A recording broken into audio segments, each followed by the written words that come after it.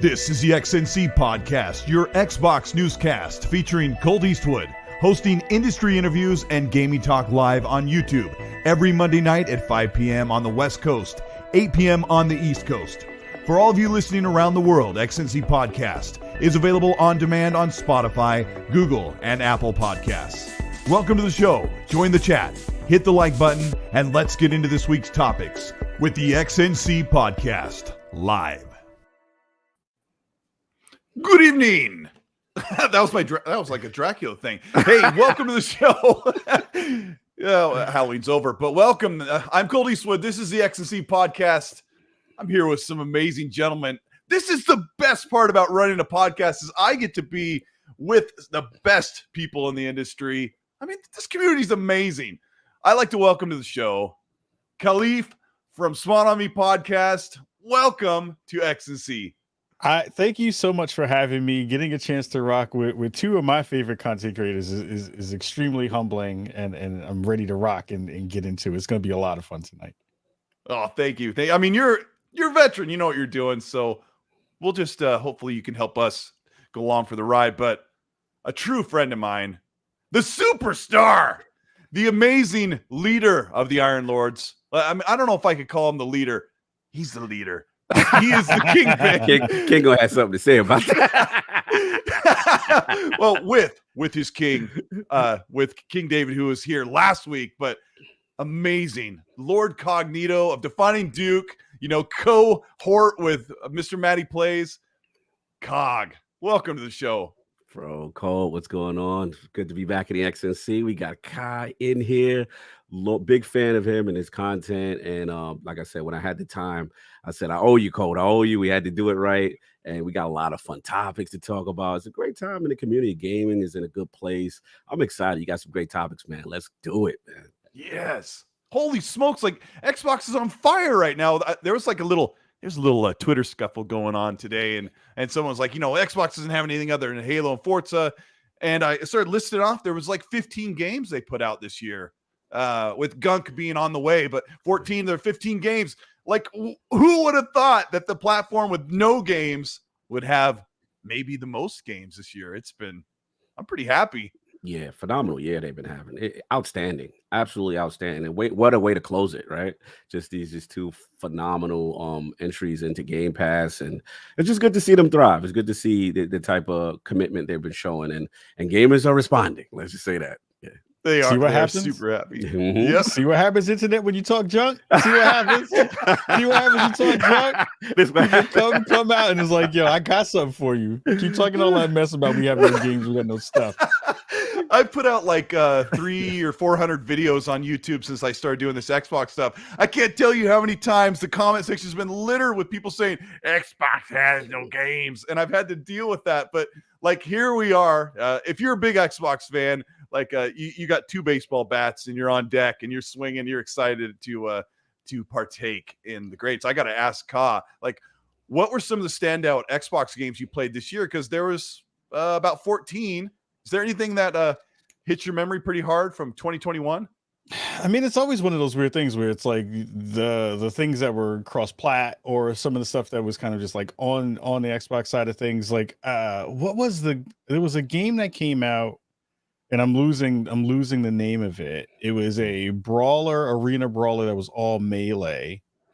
Oh yeah. Bleeding Edge. Yeah. Bleeding Edge was like a game that didn't get a lot of love, but that was one of my favorite games of the year since launch. I love that game. I thought it was brilliant. Mm-hmm. I was playing a bunch of Knockout City on my Xbox. Like, there's so many things that have dropped that I was just like, and again, the fact that we've had so many games this year, Yeah. everything is a blur at this point. Yeah. You know, games that I was like, oh yeah, I played that thing 2 years ago. No, that was in 2021. Like, oh no, that happened this year. Oh yeah, that actually dropped this year. Like, Mhm. what? We were just talking before the show about how it's like Groundhog Day right now.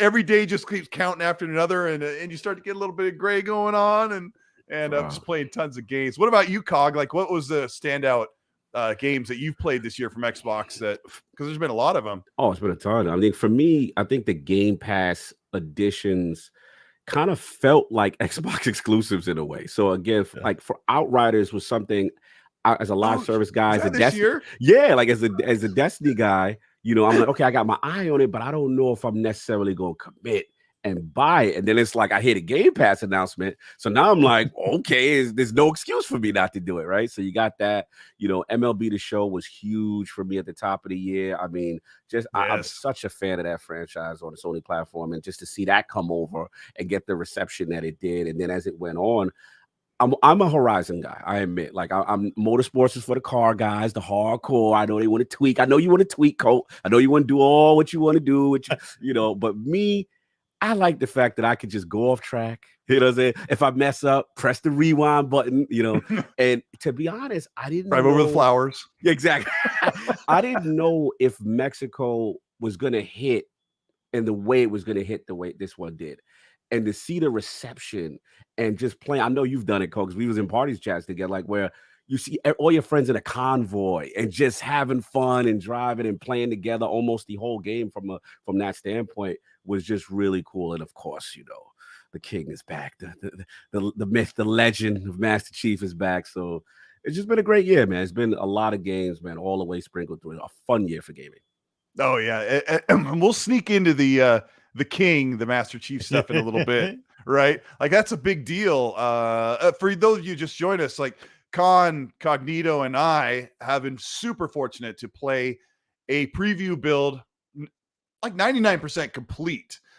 Basically, it was right before it went gold, so I guess it's complete. Sans the achievements, which we'll talk about in a little bit. But yeah, we're super grateful that Xbox allowed us to play this. We're going to talk about it totally spoiler free because nobody wants anything spoiled or any surprises taken from them. So we will get into that. We got I got to give a shout out to Punkadish, good friend of mine with a super. He gives a $2. Thank you, buddy. He says, I played the hell out of Halo today. It's so good. Of course, Halo Infinite beta has been out for the multiplayer for a whole week now. Today marks the 7 days. So I gotta ask, Ka, have you been getting sweaty on the Halo Infinite multiplayer?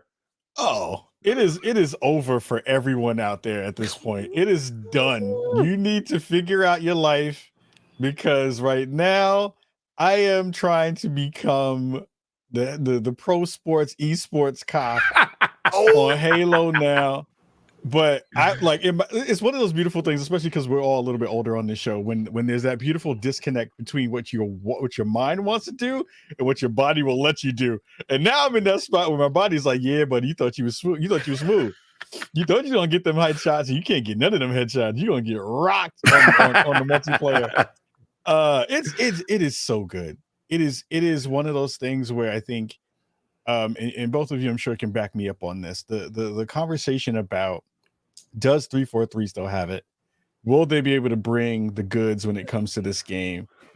And you know, we'll talk about the preview stuff that we had a chance to get into, but like just from a multiplayer aspect, there is no doubt that they have figured out the special sauce again of like what makes this game fun, and how we're all kind of coming back to it in ways that I've not seen people who I've had on my friends list since back in the day when we were playing Graw together and Rainbow Six Vegas together, coming back out of the woodwork talking about, yo, we getting up on some Halo? And I'm like, yeah, we getting up on some Halo. So there is no doubt about what they're pulling together right now.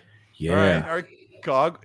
I know you've been playing. Like what's your first impression of this thing? Because it's a looker. It's a looker. I mean, the immediate feel was how fast and responsive and smooth it is. You know, they're throwing that, you know, boy, on 120 hertz and getting the movement, and like I was very impressed with just this ability and how solid it looked, it played, and it felt. And then the next thing, it was kind of like you realize it's like when you were fall in love with something, you forget what made you love it in the first place because it's been so long, right? And there was always this trepidation, like, can it still compete in a day with a Call of Duty and a Battlefield and all this other stuff, right? And let's be honest, it's not even it's dominating to the point where I'm in an Xbox Live party. It's like big team battle, 12 going in, 12 going out. Everybody's rocking. Then it's like my PC brothers don't get left behind. Hey, you could get in here. We're rocking and rolling. And then like I did realize, I agree with Kai. I realized how bad I actually am. Like I thought, because your mind, you're like, oh, it's nice back in the day. And then you're like, oh no, I got to get my skills together. So I took my right to that training academy, get used to everything, get my weight up. But I will say this: a lot of the new weapons are so fun. I'm a huge fan of the Mangler, the particle beam. You could just eviscerate people with it.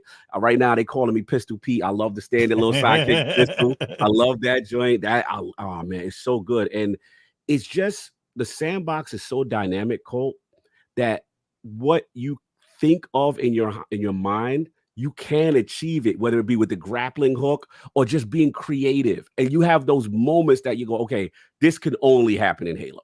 Like this is such a dynamic, emergent event of things happening. And it's just fun, man. Yes, they have some things they got to work with the progression. Yes, there's some things they got to work with the playlist. We know. But as far as the core gameplay, this is probably one of the best iterations of Halo. And we may have to start talking about where it's at in the pantheon as it goes, as far as Halo games, as far as like where it's at, because I'm really enjoying it. Okay, I'm really enjoying it. Yeah. You got me like you got a couple avenues like all set up. You just paved the road for us. I got to ask Ka something that you kind of started on, Cog. Ka, I got to ask you about this Battlefield versus Call of Duty versus Halo. Like everyone was like, oh, like because Battlefield had so much to offer, and like, oh crap, Halo's got to go up against Halo's the underdog, and then Call of Duty comes out. So tell the audience what is going on with the three juggernauts in holiday 2021. The most interesting story, again, bouncing back to Craig. Shout out to Craig.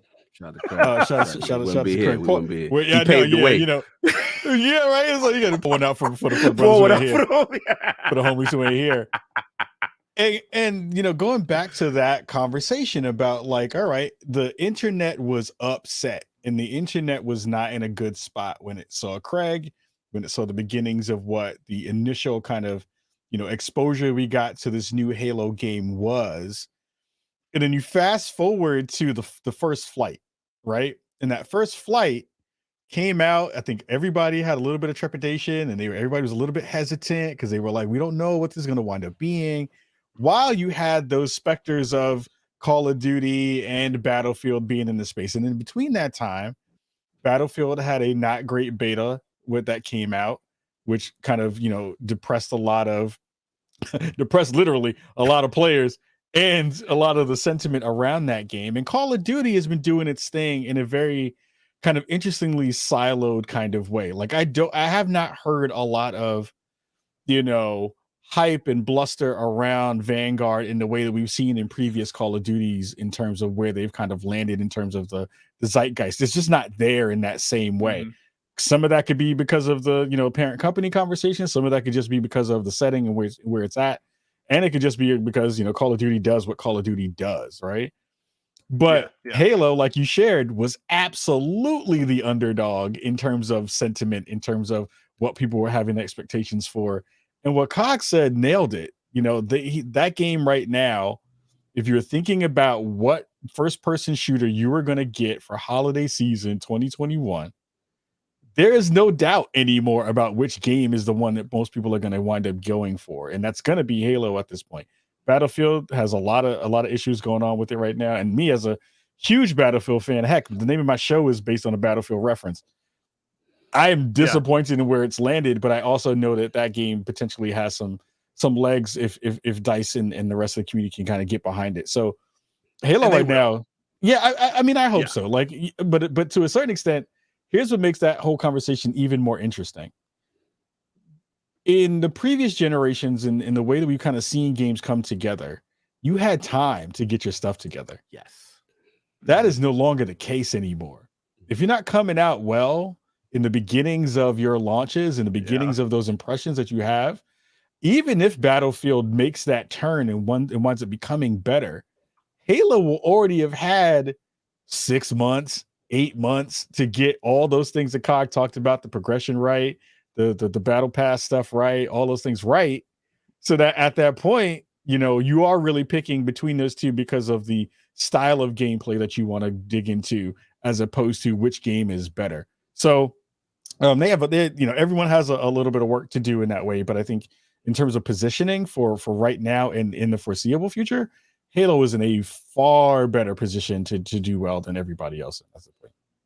Okay, I got to ask Cognito a question, a very divisive question here in a second. You know, I like the drama. No, I'm just joking. I know you don't. You don't like the drama. I got to give a shout out to Elijah Vasquez for becoming a channel member. Welcome. So they had to bounce, but got the Joanna Dark emblem that I created. So yeah, if you're a channel member, if you join the channel and give that little extra support, I've drawn up custom emojis, and I'm a cartoonist. It's one of the hats I wear. So anyway, for fun, I made these emojis, badges that you get to sport. And of course, in the chat, you've got these. I could throw some in here in a second. But, you know, I got to say, a shout out to over 500 people watching. If you were enjoying the show or you think you might enjoy the show, move the chat out of the way, hit the like button to support the channel and support the show. Here's some of the emojis as I pop them in while I'm talking. These are some of the things. And some I actually shared with Randall Thor for his show. I drew some up for him, so we kind of share those. Nice. They're kind of fun. You just kind of pepper that in the chat. But I gotta ask Cog. I gotta. You got Craig. Hold on. You got Craig, and then you got improved Craig. You got it with the glow up. You got Craig with the glow up. Super Craig. Shout out to Super Craig. Super Craig. No doubt. You got Dollar Store Craig and you got Super Craig. Yeah, you're good to go with your Sam's Club card. But I got to ask Cognito. What's up? This is a crazy what if, but you know, Battlefield has its technical problems. They wish they had more time for the game, but it sounds like the publishers weren't having it. Call of Duty Vanguard just had their own problems. But what would happen if Battlefield was ready and Call of Duty wasn't being hit with its other problems they have, like the controversy? But Halo's great, but the other two are kind of already been dropped down. Like, do you think there would have been a fair fight if these things were ready? To be honest, it's a good question, because to be honest, Battlefield was the one I was really worried about, because for me as a Battlefield fan, I felt the only thing that was missing was going back to a modern setting. I missed Battlefield 4 and that I like the geeky stuff of Levolution and all these dynamic things. So I'm like, this was speaking to me. And when I admit, when I first saw the initial trailer, I was like, oh, Halo. I ain't gonna lie to y'all. Like, I was like, it was looking good. They had that dynamic tornado, and I'm like, yo, this look like I'm gonna be playing this all day. Like, I was really in tune with it. Beta hit. We saw some of the feedback, and we were like, okay, they got a lot of technical issues, and then we did see the delay. But what I thought was strange was when the initial announcement of the delay, I thought it was going to be further out. There was a very short delay. So I was like, interesting. They're still going to try to come out around that same time. And I got to be honest, like COD, I've kind of cooled off on over the years. I used to play COD heavy back in the day. You know, the thing with COD now, sadly, I just think the fact that they have all this controversy going on in the behind the scenes with Activision Blizzard, that it really takes a lot of the luster away from what's going on. And then, I just think the timing was perfect for Halo. I mean, you couldn't have scripted it right. And Kai said it best. We all had the Craig moment. We saw what happened, right? There was a negative energy coming in, right? So when the multiplayer first flight, and I shout out to Patrick Wren, who was at 343 at the time, and we were very blessed to have on ILPs this year, multiplayer designer. I said, honestly, you guys inspired confidence, because when that first flight hit, it was so solid, it was so good, it kind of uplifted the whole aspect of the game, right? You're like, wow, if this is this solid, then there's a shot now that Infinite is really good. And feel is important, right? Yeah. There you go. The feel, man. It just felt so good. They nailed the sandbox. And I think that's when the zeitgeist started to change. That's when people started feeling positive again. Yo, And the Halo second wave was might be even back. better, Cognito. Yes. Like, did you guys notice when you played the second wave, like there was some improvements? Yeah, absolutely. Yeah, so people are kind of Absolutely. going nuts. Like, what? Halo? Yeah, absolutely. And the feels came back, and I just think they've been riding that wave of momentum ever since until until the ultimate lead up, which is again on the Xbox 20th anniversary. The stealth drop, the world explode, and it's like, yo, you can play right now, and that momentum is just kept on carrying. But it's to the point of the foundation being a solid game. Oh yeah, I mean, it was a week ago, and I was doing the show right here a week ago. Well, people, like, such a great community that supports people like us. Like, I knew they were playing the game with the podcast playing like in the background, and I thanked them several times last week. Like, thank you so much for hanging out and listening to the show while you're getting sweaty on the new Halo Infinite. That's support. I got to go shout out to Flame with the $5 super. He says, "Good evening, gentlemen." And he says, "Who is that guy on the bottom of the screen? Never heard of him. Have a great show tonight." Shout out to Flame. Lords of Gaming down there. He always gives me a hard time. Good writer. Man. Salute to Flame. I mean, everywhere. It's so great because everywhere you look, you're going to see these two guys. So it's amazing. It's so amazing. I should kind of get us started on the show. I mean, we're rolling. But we've got some topics to talk about, and I'll kind of get us set up. But welcome to the XNC podcast. I'm Colteastwood, the host. I'm here with Kalief from SpawnonMe and Lord Cognito from Iron Lords and Defining Duke, and wherever else these two end up in their meteoric rise, right? They're still never stopping, but welcome them to the show. We are live on YouTube, and we're also on Spotify, Google Podcasts, and Pocket Podcasts on demand on your podcast platforms after the fact. So you can always check the show out there while you're pumping iron. I'm finally flex. I sort of flex. I'm finally going to get this Titleist golf ball back to like maybe a Spalding baseball size. Gonna get, but there's more important things. Got to get the dad bod kind of figured out too, right? I like right? I mean, so I gotta work come on, that. You can't be out here flexing. See, I got Colt flexing. I know Cod gets in the gym heavy. I'm out here with my IT arms looking like this. Yo, I'm like, come on, man. Y'all can't be out here flexing. Yeah, man. Healthy, brother. You're healthy, brother. I'm trying. I'm trying, brother. I see your inspirational posts about working out and getting that part of your mind. That's and body why right. I gotta go. I get in front of the That's mirror and I'm like, I could take a picture, but I don't look like Cognito, so we'll wait a few months. No, but I have a strong feeling that E3 2022 is going to be a thing. Oh, brother, all of us. And boys, brother. we're gonna go. Yeah, we're gonna brother, go do this. We gotta link up. I gotta meet you guys in person again. Sure. We a second time, but I'll be a third time actually with you, Cole. But Kai, I gotta meet you, brother. For Absolutely. Sure. I love what you're doing, man. We gotta get this going. Mm-hmm. Sure. We'll drag him out there. Yeah, for sure. Yeah, we'll drag him out I'll there. be there. Don't worry. No doubt. So we got a couple things we're going to talk about. I want to start with we're going to talk about some light news that's actually kind of fun, and then we're going to get into a couple controversial things Colteastwood controversial. We'll still have a good time. Then we're going to get into the Halo Infinite stuff, and we will be taking questions. If I'll try and watch the chat because there may be some things that you want to know about that we can talk about. And then Phil Spencer said some kind of spicy stuff that we're going to get into just after that. That is got the fanboys excited and the other fanboys not so excited. But shout out to David Kirkhoff with the €5 super chat. Thank you, buddy. He says, "I love Halo Infinite. They really have to fix the Battle Pass progress. Love the show." And John Junasek, the amazing PR rep for 343. He's out there. He's representing the team saying they're working on it. David Ellis is also saying, "Hey, we hear you." And I expect small changes, but changes right away, which is pretty nice. What do you guys, you know what? Let's talk about just the Battle Pass before I get into the light stuff. Kalief, do you have a problem with the Battle Pass? Yeah, I mean, they made the smart move of changing it from just being challenged based to having kind of more layers to it. I still think that there are the interesting part about the Battle Pass for me is less about the progression, which I think they can figure out a good medium spot for. It's actually the way that they kind of showcase the things that you wind up getting through the Battle Pass. I think is an even bigger fix for what they need to kind of bring across from a UI perspective. you get a lot of cool stuff and little attachments for your helmet, all that kind of stuff. But the way that you wind up finding that stuff in the way that the menu systems work just isn't as intuitive as it should be. So that's my biggest complaint currently about the battle pass, besides the progression part. Okay, Cognito, what's your big outrage with the battle pass? Look, I don't go too crazy because, as a Destiny fan and these live service games, one thing you realize, these things evolve over time, and I'm all about them getting the core gameplay right first, which they have, right?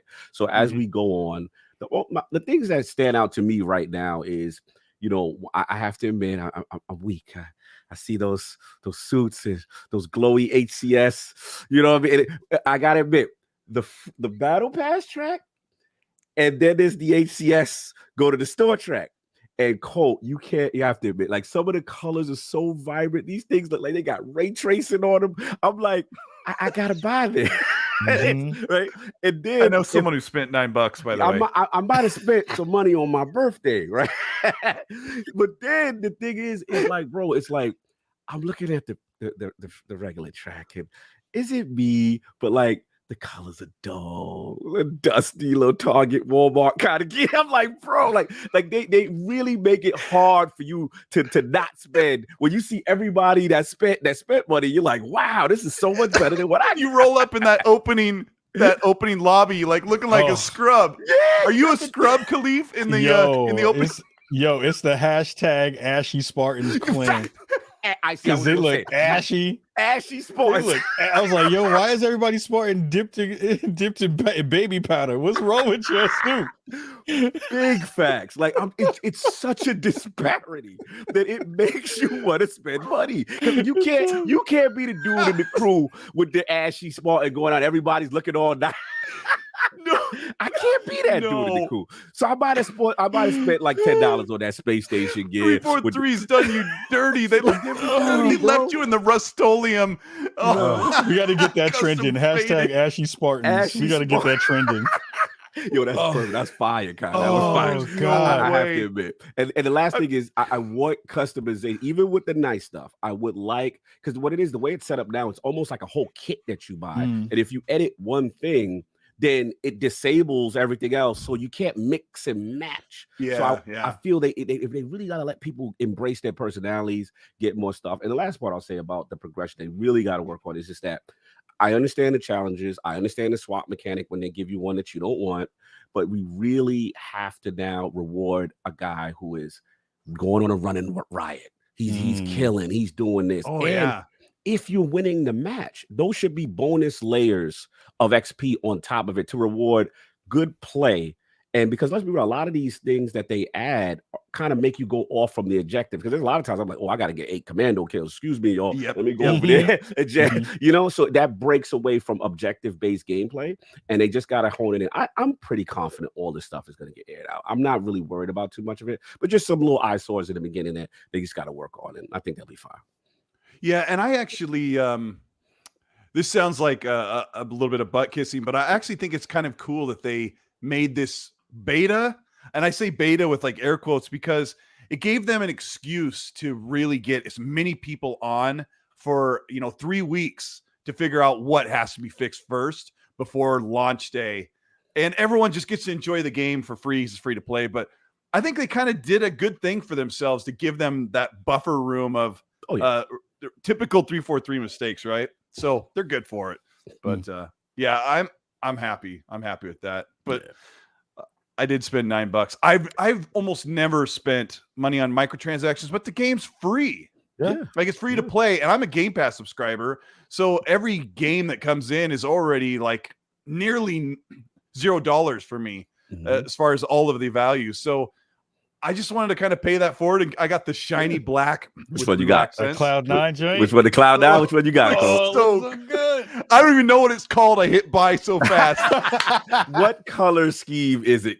So we know. Is it the blue with the black? Which one you got? Which one? It's all shiny black. It's like it's almost like a shiny matte black, and it's got blue in the elbows and It's the I Cloud know which one 9 you're talking joint. about. The Yeah, Cloud 9. yeah. You talking about the Cloud 9. Yeah. And then my buddy got the black one with the reddish orange. Oh, yes. I know And that one, it's got like the samurai writing or something on it. yes. Yeah. And we were like Shiny Squad. We were like hashtag Shiny Squad. And then there was one guy in the lobby who's like It's that Ashley Spartan that Kyle talking about. It's that guy. You don't want that guy to click. I know. But I mean, people are so happy. They're so happy, and there's really hardly any negativity around this game right now. So hopefully the campaign stuff, which we'll talk about later, will be really great for everybody. So shout out to Carlos Alvarado with the $2 super. Thanks. He says HCS was fire. Let's go Optic Gaming. Halo Arena is king.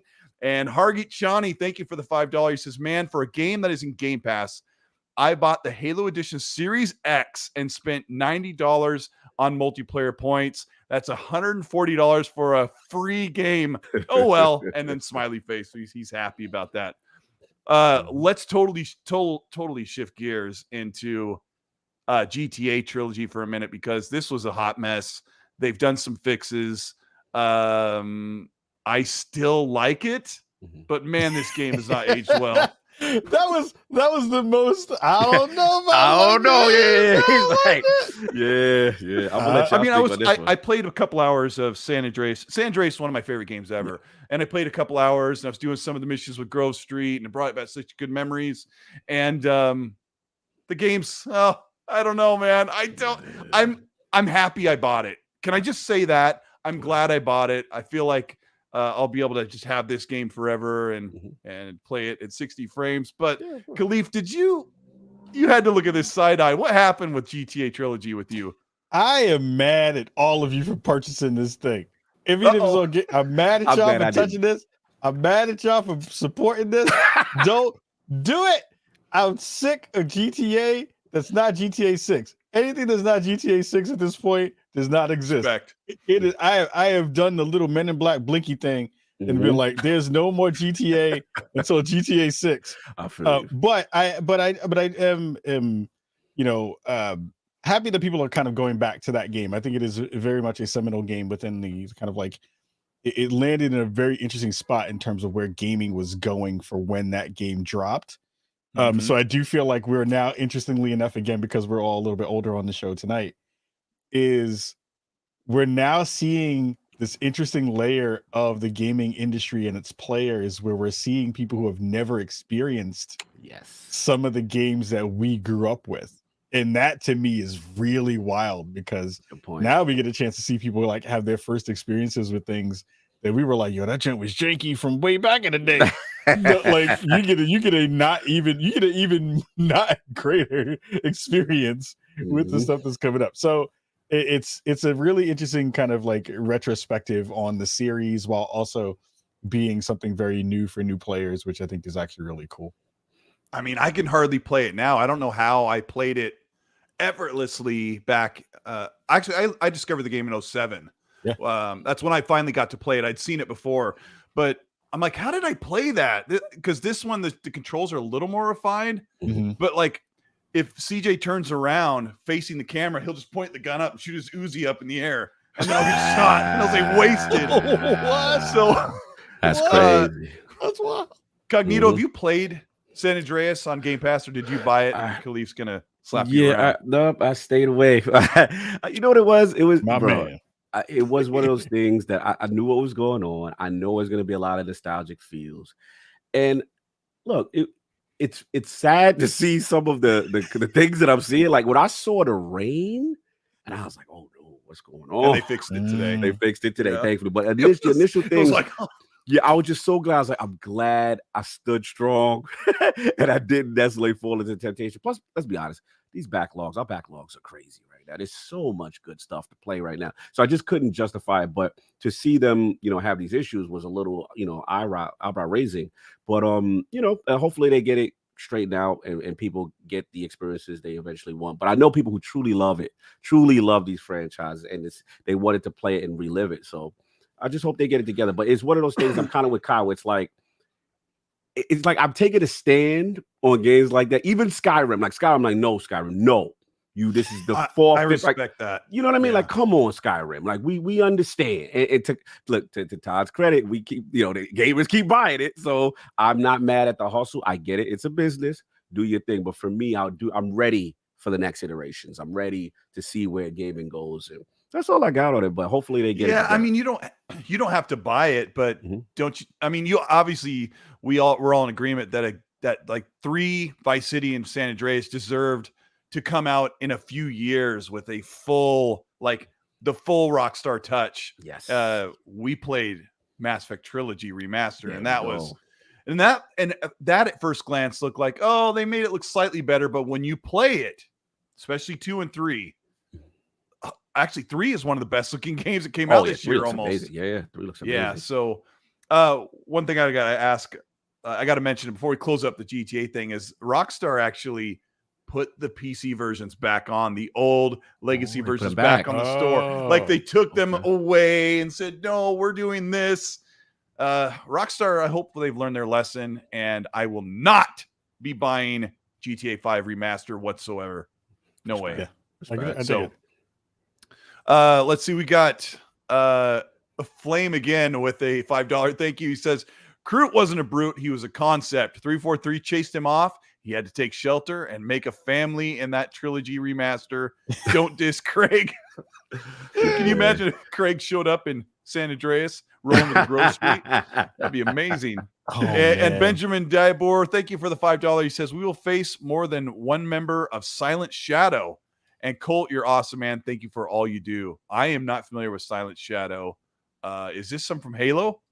I'm not familiar with that. Doesn't sound super familiar. Also, 343 just dropped a trailer too about more skins too. So. Yeah, that Fracture tonight looking. Ooh, that looked good. That did not look ashy at all. I look like I'm about to blow my whole check. Yeah, I was like, oh man, come on, y'all. I laughed the other day when you told people on Twitter, Cognito, you said, oh, it was my birthday. I had to buy some cosmetics. Like, you justifying son of a gun. You gotta let me run with that, man. You gotta let me have that. He was eating birthday cake and just like swipe. Bro. Yeah. Let that man enjoy his birthday. I had to, man. All right. Hey, real quick, I want to gloss over this for just a minute because we create content and people are watching the show. I don't know if you're super interested in creating content, but you may be interested in a quick discussion about how YouTube is removing the dislike button. And I want to ask both of you what this means. I'll just say really quickly that if I had a choice, I would keep the dislike number on display at all times. They want to remove the number of dislikes. Kalief, I want to start with you on this. I don't know if you're very passionate about this new change. You've been on YouTube for a while. I mean, I think it's interesting because a lot of people look at that potential, like, what's the best way to kind of put it? It's a metric, but it's not really a metric because I think you are as a content creator. I am as a content creator am looking at the content that I get a chance to put out and seeing sentiment, right? So like sentiment is a huge part of not only the way you think about content, but the way you pivot from one piece of content to something else that you may potentially want to do. And I think for me, every piece of information that you can get that gives you something that is connected to the audience is important. And you don't want those things to kind of be removed. There have been, of course, because of the internet and the internet does what it does, there's been ways to kind of flip that number into something bigger than what it is. There's a trolling and harassment, all those other kind of things. Yeah. But I am less excited about taking away tools that help me to become a better content creator and serve my audience better. So, I'm in favor of them keeping it. Yeah. Okay. Well, Cognito, you can see the number as a content creator in your resources and your analytics and all the behind the scenes garbly stuff that's not very interesting to talk about. But so what do you think about this as far as there's two sides of this? There's small creators who may try and get going like, hey, here's my review of Halo Infinite. I'm a brand new content creator. People are like, you're trash, and they hit thumbs down. And then the other thing is something like Xbox puts out a video and they just announced they were raising the price of Xbox Live that day. So that video gets destroyed. Like, so what do you think about how that affects people from the audiences that go to the video and see that number at the bottom? Yeah, I think it's a good discussion to have. I think Kai said it well, in the sense of all data is useful. You want to have these metrics, and whether from small to big to corporation, because at the end of the day, from a corporate standpoint, sometimes you may be out of touch. You may think you're doing something that, from a video production standpoint or whatever you're trying to promote, that is going to resonate with the audience, and then your audience tells you, hey, this ain't it. So I think the data is useful. It does sadden me that is not there, because my concern is, well then what does that serve, right? What does that serve by the information not being there? What is our goal by implementing something like that? And those are the questions that rise there. And for me, I'm not in favor necessarily of people review bombing or dislike bombing just for the sake of emotionality. But I am in the favor of, sometimes there are times, even as us as content creators, there's sometimes that, we may think we're hitting it with something, and our audience says, hey man, that wasn't it, or that wasn't tasteful, or whatever reason we felt the way about it. And I think that information is valuable information that you can use and then try to pivot for your next, bit of content that you try to do. So yeah, I'm definitely in a favor of keeping it. So it's interesting to see. So I will be monitoring this moving forward to see what else goes on. Yeah, it's slowly happening to some creators. Erica Cuts for the Win shared a screenshot that it was happening to her. I've looked, it hasn't happened to me yet. Like, it's just like something that'll slowly happen. But let's talk about something like state of play for PlayStation. Like, sometimes they'll have let's just be completely honest, they'll have a state of play that wasn't super amazing, but it wasn't terrible. And then people will just follow one after the other. And before you know it, that dislike ratio will get over the 50% range, the half and half, right? And then the community just goes, oh, this is what we're doing. Like, do you see that, Kalief? That's kind of how those things like landslide? Yeah, I mean, I think it is one of those things where, the studies have shown over the years that people tend towards negativity on the internet. No. And I will say that state of plays have been doo-doo butter for a little bit. they've been bad. But it is one of those things where, you do see that kind of energy, start to snowball. And I think what winds up happening, and let me know, Colt, because I don't know what the repercussions are when you get over a certain threshold, because I think that's also a part two, right? Where so what actually happens if you wind up crossing over that threshold? Once you get close to, I don't even think you have to get 50-50. I'll do a visual. Once you get close, I would think once you get anywhere near 50%, YouTube realizes nobody likes that video. People don't like that video. They don't see a value in it.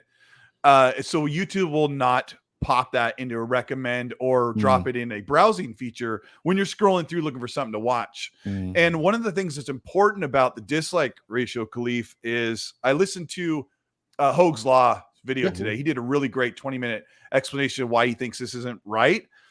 He says, let's say your sink is broken, like you've got a coupler or something in there that's leaking, and you go and you look for, a faucet brand, whatever coupler, and you see 5 or 6 videos, and one of them has a bunch of dislikes and not a lot of likes. You won't watch it because the guy is like, maybe just rambling, and he's like, and then I didn't know what to do in here, and it's still squirting all over the bathroom. and that happens, and then the video ends. And then you have people who make video game related news topics, and they ramble around. They don't really give you any information, or they give you the wrong information, which I've done a couple times. That dislike ratio is important, because the weird thing, right, Cognito, is that you hear something like, your video is 10 minutes long, like, you wasted 10 minutes of my time. And that 10 minutes is so important to people when they click on YouTube content. So agreed. To answer your question, Kalief, once it gets close to the 50-50, YouTube has decided to stop recommending it as much. And then I'll tell you a quick story. A couple years ago, right before Red Dead Redemption 2 came out, I did a video about how PlayStation used the same footage that Xbox used to show the game. And they pasted on the PlayStation PR team placed it on the PlayStation control buttons on screen over the Xbox buttons. And if you pause, you could tell, you could see both of them. And so another thing that happened was Xbox said that the game would be, I can't remember what it was. Xbox said something that wasn't quite true, and PlayStation did something that wasn't quite true. So I did this video. I'll never do it again. Rockstar and Microsoft lied in big bold font. And it was about a month or a couple weeks before Red Dead Redemption 2 came out. That morning, that video, by the end of the day, had hit almost 100,000 views. I'm like, wow. And the dislike ratio, I normally get around 90 to 96% like ratio. By the middle of the day, that video was approaching the 50% range. And Dealer Gaming, a good friend of mine, has helped me so much on YouTube. He goes, hey, Colt, when that thing hits 50%, that video is going to stop getting views. I go, really? He goes, yeah, just watch. And at the end of the night, it was right there. And that video, like, you see a curve, right? I'll do it this way. Yeah. You see a curve, and all of a sudden you went, boom. And it was done. Interesting. And that's when I knew, but the video was great. The people hated the headline. The video in there, I said, PlayStation has every right to do this. It's footage that they were provided from Rockstar, so they can put it over there. It's not lying. And then when I said whatever Microsoft is doing, I said they're not being, they're not lying or whatever. I was really reasonable, but people don't care.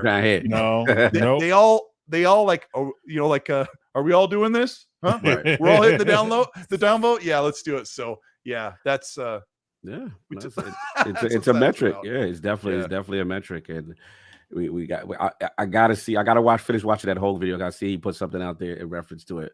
But yeah, this is interesting. This is interesting. Like I said, all data to me is good data. So I'm surprised to see it go. Yeah. So here's the other thing I got to talk about. Everyone is talking about the Video Game Awards, and I wanted to talk about this last week. We didn't get to it, so you guys get to be witness to this. Geoff Keighley, the guy's got a huge burden on his shoulders. He has to carry like the weight of the major awards for the games industry. He has his preferences like anybody else does, but a lot of people were telling me, like, Cole, Geoff Keighley hasn't really said anything at all about Forza Horizon, and it hit 10 million players in a week. It's the highest rated game of the year. It's one of the best looking games of the year. Everybody loves it. It is the game of that time before Halo started coming out. So I went and looked on Geoff Keighley's Twitter, which he's pretty active talking about Game Awards, and Cognito, he hadn't said a word about Forza Horizon. Not a word about. So okay. Yeah. So you want me to go? Yeah, you go first, Cog. Yeah, I'm passionate about this. I've been my timeline has been getting filled up because people have been hearing my thoughts on it. And look, here's the thing. First, 2 disclaimers I have to say off the rip. Let's not go attacking Geoff because we feel that Forza should be there. At the end of the day, I love what he's doing for the industry. I feel us having a Game Award show is like us having an Oscars. Like, I love the celebration of video game, and I love the fact that it exists. So let's get that out the way. 2, reviews are subjective, right? Reviews at the end of the day, nominations and what a game of the year is, still there is a level of subjectivity to it. So I got to respect that. The thing that I'm trying to make is actually, the point I'm trying to make is actually bigger than Forza. It's just that Forza happens to be the center of it because of the year that it is. It's that, there's been a lot of good to solid games that qualify.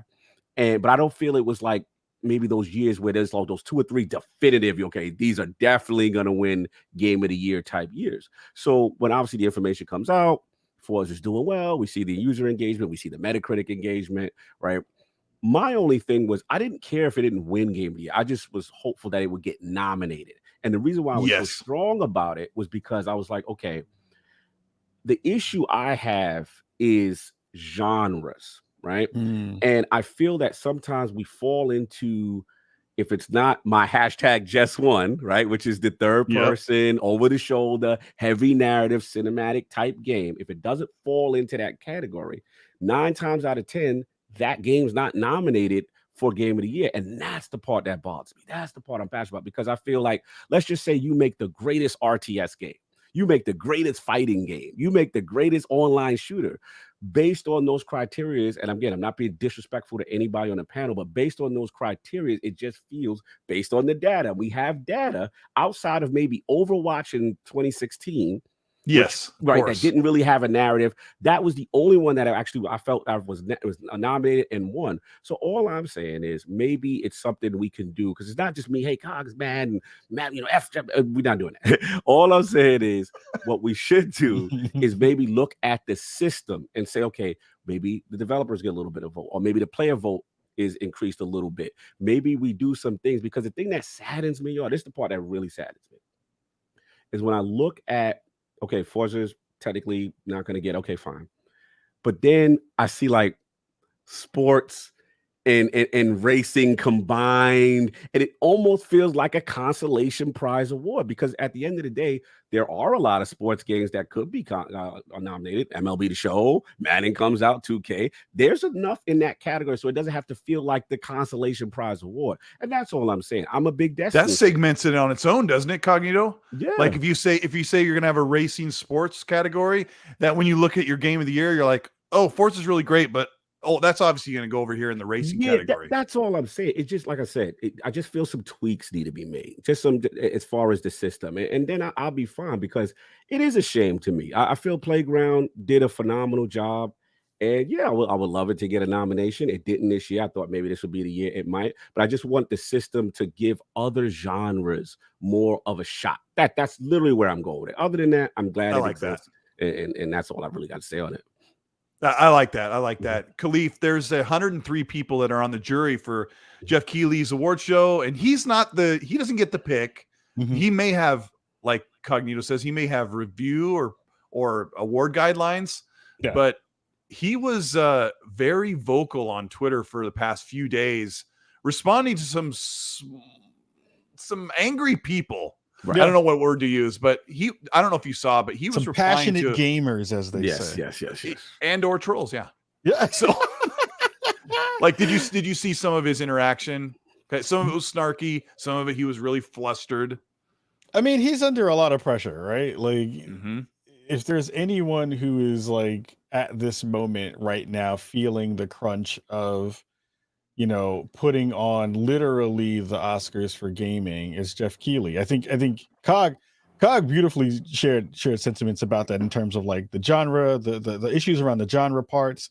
It would actually be really nice if it had its own category, like you said. But that's also a weird thing, because there aren't that many top quality racing games within a year that wind up happening. Like it would have been cool if we could have had that battle between Forza Horizon and Gran Turismo, right? We could have had that thing. F1 kind of always gets pushed to the side. There isn't, NASCAR never really does well in terms of that space, and you don't really put fantasy kart racers within a genre either. So it winds up having to push it into that hybrid. I do think the other thing, from a nuts and bolts perspective, as a person who is trying to put on their own award show, so I'm learning about this in my own time. Let's go.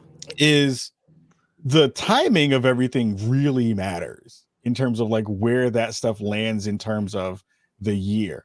I think, and if you think about how you have to backdate which games are coming out and then how you're producing a show, it changes so many things. Because then you're like, all right, I have to get all the assets done for the award show. I got to make and produce all the awards and ship them out to the winners that they have it, and they can have it in their hands if they do an acceptance speech. You have to go backdate and figure out all that kind of stuff. So like Halo probably didn't get a nod. I could be wrong. But like, you know what I mean? So like some of those games, just because of where they landed in the release windows and the release cycles, they just came in too late to get the nominations that they would have potentially gotten if they would have been in maybe a couple of weeks or a couple of months earlier. Because that's the one thing that I don't think we all know. Like we kind of know the folks who voted, the outlets that they came from. We just don't know exactly when they voted for those things. And I know a lot of that stuff. I don't know if I'm trying to think back, if like how much of that stuff used to happen in kind of post E3 week. There's something else that comes in for post, during E3 week of things that Keighley has that he's touching that has to do with voting. But I think, for me, it's about like, how do you kind of figure out like what stuff is going to get in, what's the cutoff date for some of those things, and then how do you kind of build on that? So well, we do know when the first round of voting went in, and I think it was November 4th. And then the panelists, 103 panelists, a jury, were told to keep their eye out on games that are coming out after that date. and to go back and revise as needed. So to their credit, I try to be super reasonable sometimes, but to their credit, when you take the time to put down 6 of what you think are the best games of the year, and then after you've whittled those down and had to kick out a couple of favorites, then Forza Horizon comes out in early access and then releases a week later, still in the eligibility window. You have to look at your list of 6 and say, crap, do I cut out one of these 6 perfect? And I think a lot of the jury went, I'll just put it in the racing category. And here's the problem. Like, Kalief, you nailed it so perfectly because you're a man that knows production and you know what all the dog and pony that comes up with you creating assets, trailers, video, graphic work, everything. That Geoff Keighley can't just say, look, we'll just do the show right before Christmas.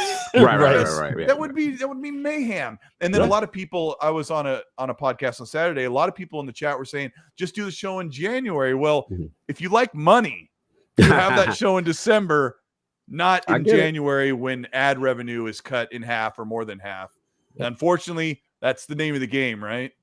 You got to back that. You got to backdate that stuff out. Like I think our game of the year stuff, just due to me running it solo and all that kind of stuff, probably won't hit until beginning or mid-January, just because of all that stuff, and to a certain extent because I understand that like I want to figure out ways to include those other games that are in that mix. So for me, as a person who's not doing a huge show, you know, it's very different than him having the LA Orchestra that he has to book and the Microsoft Center that he has to book for that time. So it changes a lot of the way you think about it if you think about it in those ways. No, I agree. I think you guys make a phenomenal point. The only thing I do want to touch on too is that, you know what, we do understand the business aspect. I make phenomenal points about the timing and why it may be not something as simple as just, hey, put it in January because of everything that involved. But I do also want to mention, like, even with the awards and game of the year and the prestige, right? And we see the orchestras come out for the games, stuff like that. But I gotta be honest, there are times where, let's say, best online ongoing game, right, gets announced, and it'll happen during the commercial, and then the person won't even come out. So again, I just want the focus to get back to celebrating these games, even if it's from genres we don't particularly care for. There are times where, let's be honest, I'll be honest, I had genre bias myself. Like there was I never played Half-Life, Alex. I wasn't into VR until like the last year and a half. People were telling me, Cog, I'm telling you, that's the game. And I'm like, for real? And I'm like, yeah. And I'm a low-key VR hater, didn't play it, you know what I'm saying? And now I feel so stupid because I'm playing it now, right? And I'm just like, oh, wow. So again, I just feel these are things we got to improve, you know, getting more genres in and also making sure we celebrate these devs. They really putting their time and effort and their heart and soul into these games. And I don't want to see a situation where we come back for commercial break and they already, you know what I'm saying? Like, we understand this is about premieres. We understand this is about trailers. I get hype. I want to see. I remember when Hellblade 2 came out, the Series S came out. I'm Godfall. I get the business aspect. Like I said, just a little couple of tweaks, and Cog is good. I'm reasonable. Yeah, you are. And I'm not sometimes because when you said about Hellblade 2, I'll be petty. It's my show. I can be petty. I went back and watched the reveal of the Xbox Series X and then Hellblade Senua's Saga, Hellblade 2. Like, that was a moment. I actually watched a YouTube video where someone recorded with their phone from the stage or from the crowd when they showed the Series X, and you could hear people going nuts. I heard some guy go, "Is that a computer?" And then it's like a shaky cell phone cam, right? Some guys like this, and it was really low quality, but the feel of the electricity of the crowd excited that Xbox just revealed a brand new console a year before. Like, I got emotional watching that video. So anyway, I went back and watched the other day Geoff Keighley announcing the Series X and Hellblade, and he turns around with a mic and he goes, "Wow, that was neat. Well, let's talk about the next game." And I'm like, I don't want it to resonate more. Here's the thing, though. So I was in the crowd that night. Talk to us. You was there. You were the Game Awards. Tell it. And the thing that came across, and I'm happy you mentioned that kind of cell phone video thing of the like, oh crap moment. was I just had spoken to Aaron Greenberg. I saw him, adapt him up, said, "What's up? How you doing?" Great. And the thing that was wild was Aaron has the best poker face in the world. Yeah. He and Phil Spencer have the best poker faces in the world. I've seen them for years at events, and you never really fish for information because you're never going to get it. And you don't want to be like, hey, I'm that guy who's like, tell me all the secrets. Yeah, sure. But 30 minutes after that, Xbox Series X is on stage. The thing that you didn't see is Keeley is off stage, right? Okay. He's getting ready to kind of come on. And he's stone faced. And it is not because I don't think that he's not excited. Okay. It's the like, please, Lord God, nothing go wrong. Right now. Yeah. You know what I mean? So yeah. absolutely. I mean, I don't think that I think Keeley, he was so happy about Balan Wonderland. I was like, where's your excitement for Hellblade 2? I mean, but if you think about this, right, is like, absolutely. I think there's a couple of factors in there too. Like one, I think Keeley in his on stage presence, and I think this has been a thing that if we're all being honest, I think this is anybody in the audience right now tonight, and everybody's going to be listening to the show later. The one knock on Keeley has been that he feels a little plastic in his presentation. I've been watching him for like 12 years or 14 years. And I think that there's a layer there that, there's a conversation about like, how do you kind of present your excitement to the audience so that you get them hype in that same way. I don't think that he thinks about his performance in that way. I think he thinks of himself as the person who is putting everything on the plate for you. Right. And the Ryan Seacrest of gaming, as I call a little him. bit, right? And I think to a certain extent, like, there's a layer of there where we want him to be as excited. I would love, and look, Keeley, please come on Cult Show. I think this would be a perfect conversation to have. Yes. Because I think the thing that I'm learning about him, or at least I'm gleaming from him, and more times I get a chance to talk to him about stuff, is that he really is excited at making sure that the folks at home have an experience like they've never had before, and he gets to be the person who gets that exclusive, who brings that exclusive content. Oh yeah, he revels in it. And he revels in that, which I think to a certain extent is kind of dope, right? Because you don't see a lot of people who get to pull those strings in the industry in that way, who have that kind of clout, who also have enough cred, who also kind of pay attention to the space in that way. So it is really interesting, like where he fits within the kind of greater ecosystem of the gaming space.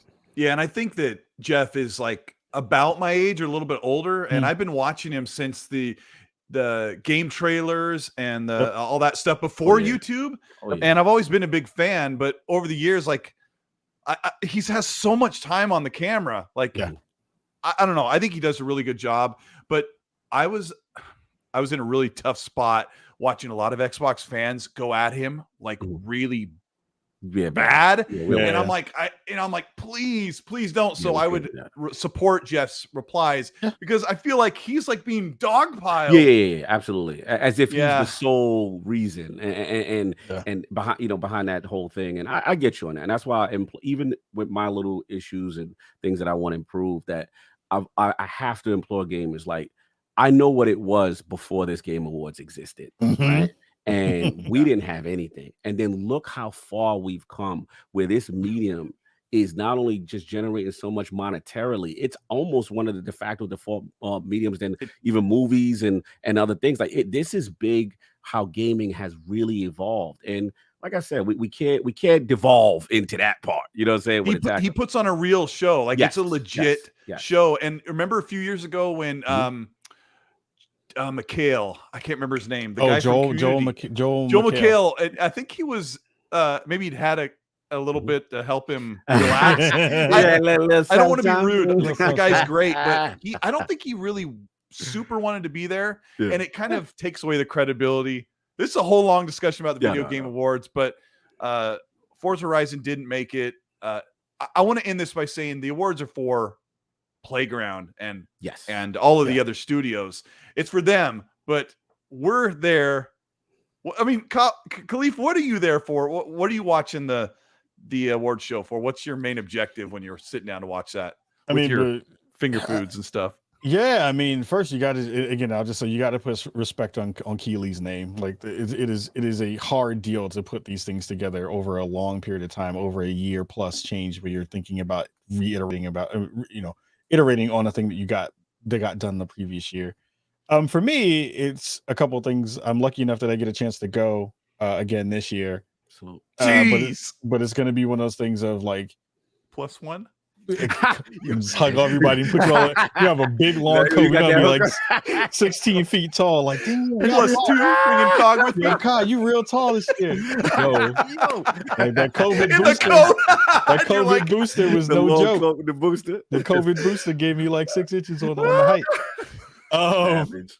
But it's really, for me, like it is really about the pomp and circumstance of that event. Like I think that the world premieres, like again, I was the last time that I was there, seeing MK11 get announced in the audience, because I'm a huge Mortal Kombat fan.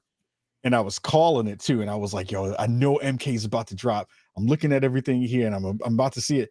And it dropped, and I lost my mind like I was 10 years old. I was like, yo, this is the dopest thing I've ever seen in my life on a huge screen in that space. So I think for me, it's about, how are you showcasing new games? How are you talking about stuff, even if we know we won't be able to play it for a couple of years? I think the thing that is always awesome about this space is there are constantly things that are being worked on that we just don't know about. And getting that initial kind of like, oh, this is a thing now? What? Like that then becomes the like thing that gets talked about for the rest of the year, and get you excited for the year after that. So, those world premieres, I know a lot of people get mad at the whole world premiere. Like I know people get mad about it, but I don't. It is the jam. It is the thing that makes it really, really exciting. Absolutely. Yeah. Absolutely. I think the hardcore really want to see those reveals. Yeah. And then you got, Cognito wants to see somebody play the violin because that's what he likes. No, I'm just kidding. We got Hargit Chani. Thank you so much for the $10 super chat. He says, I wonder if most of the jurors for the Game Awards are Western. There is a list on the site. They're from major publishers and games media sites that we are involved with all the time whenever we read their stuff. But he says Sony has moved away from Japanese games to make sure they get into the Game Awards. Perhaps more jurors from around the world. No JRPGs in the Game of the Year category, he says. Interesting. Yeah, that is interesting. Good point. Good point.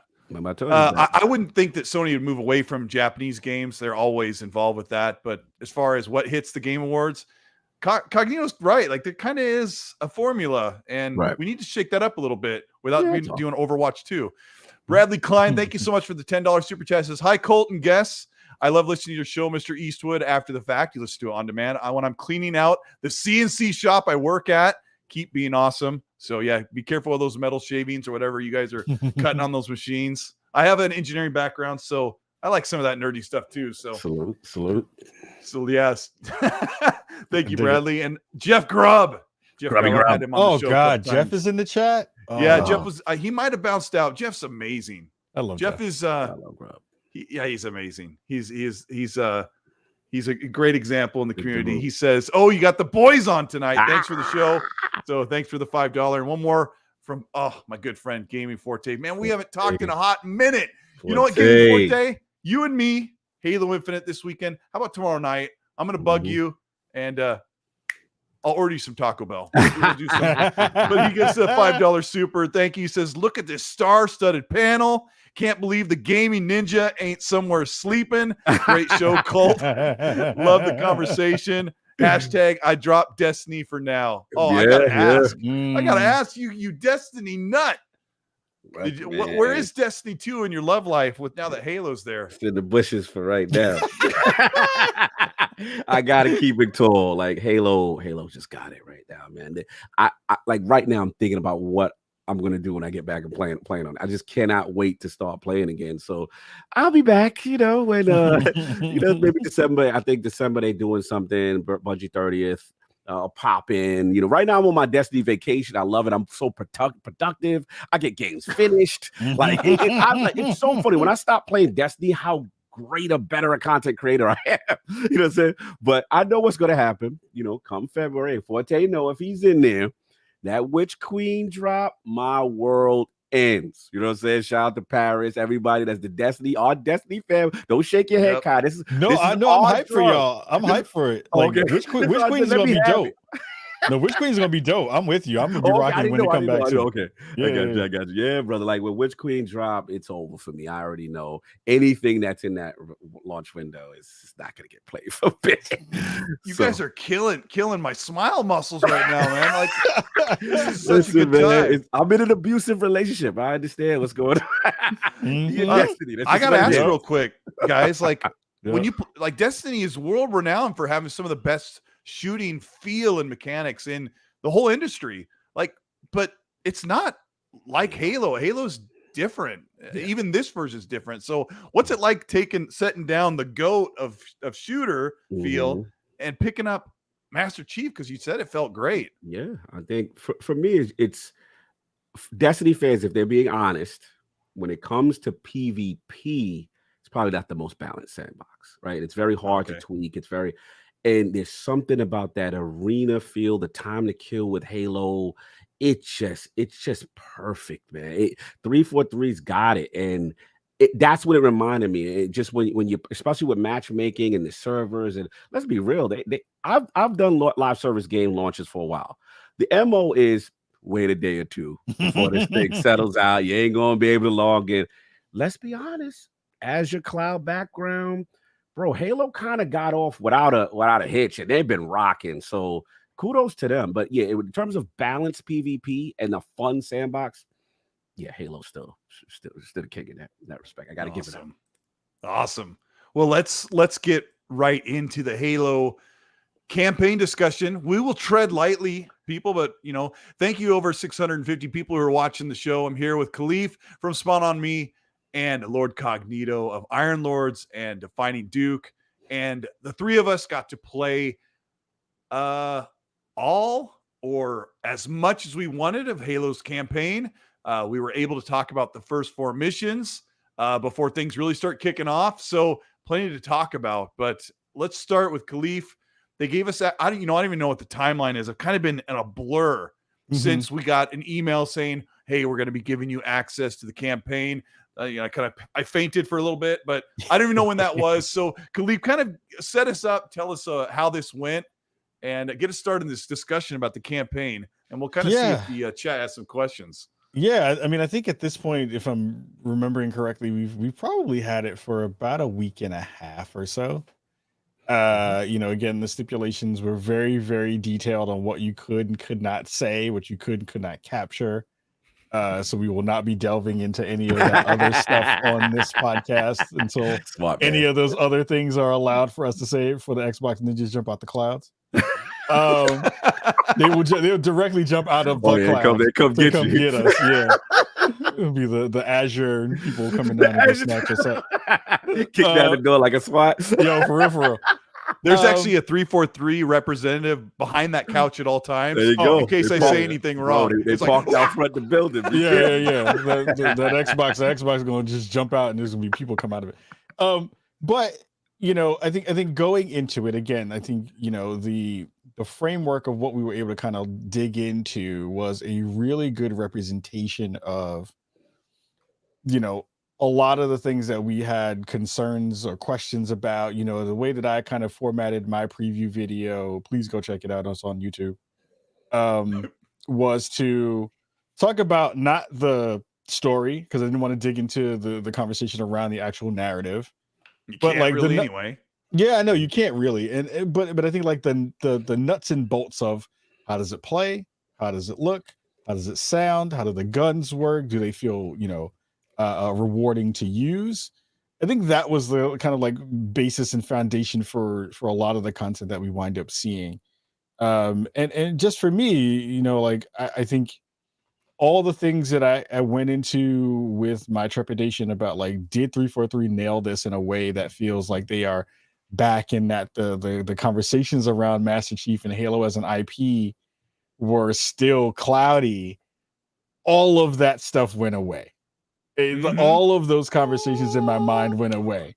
In a way that we can't talk about the beginning of that game, but Don't even make faces, Cognito. Don't even make faces about the game.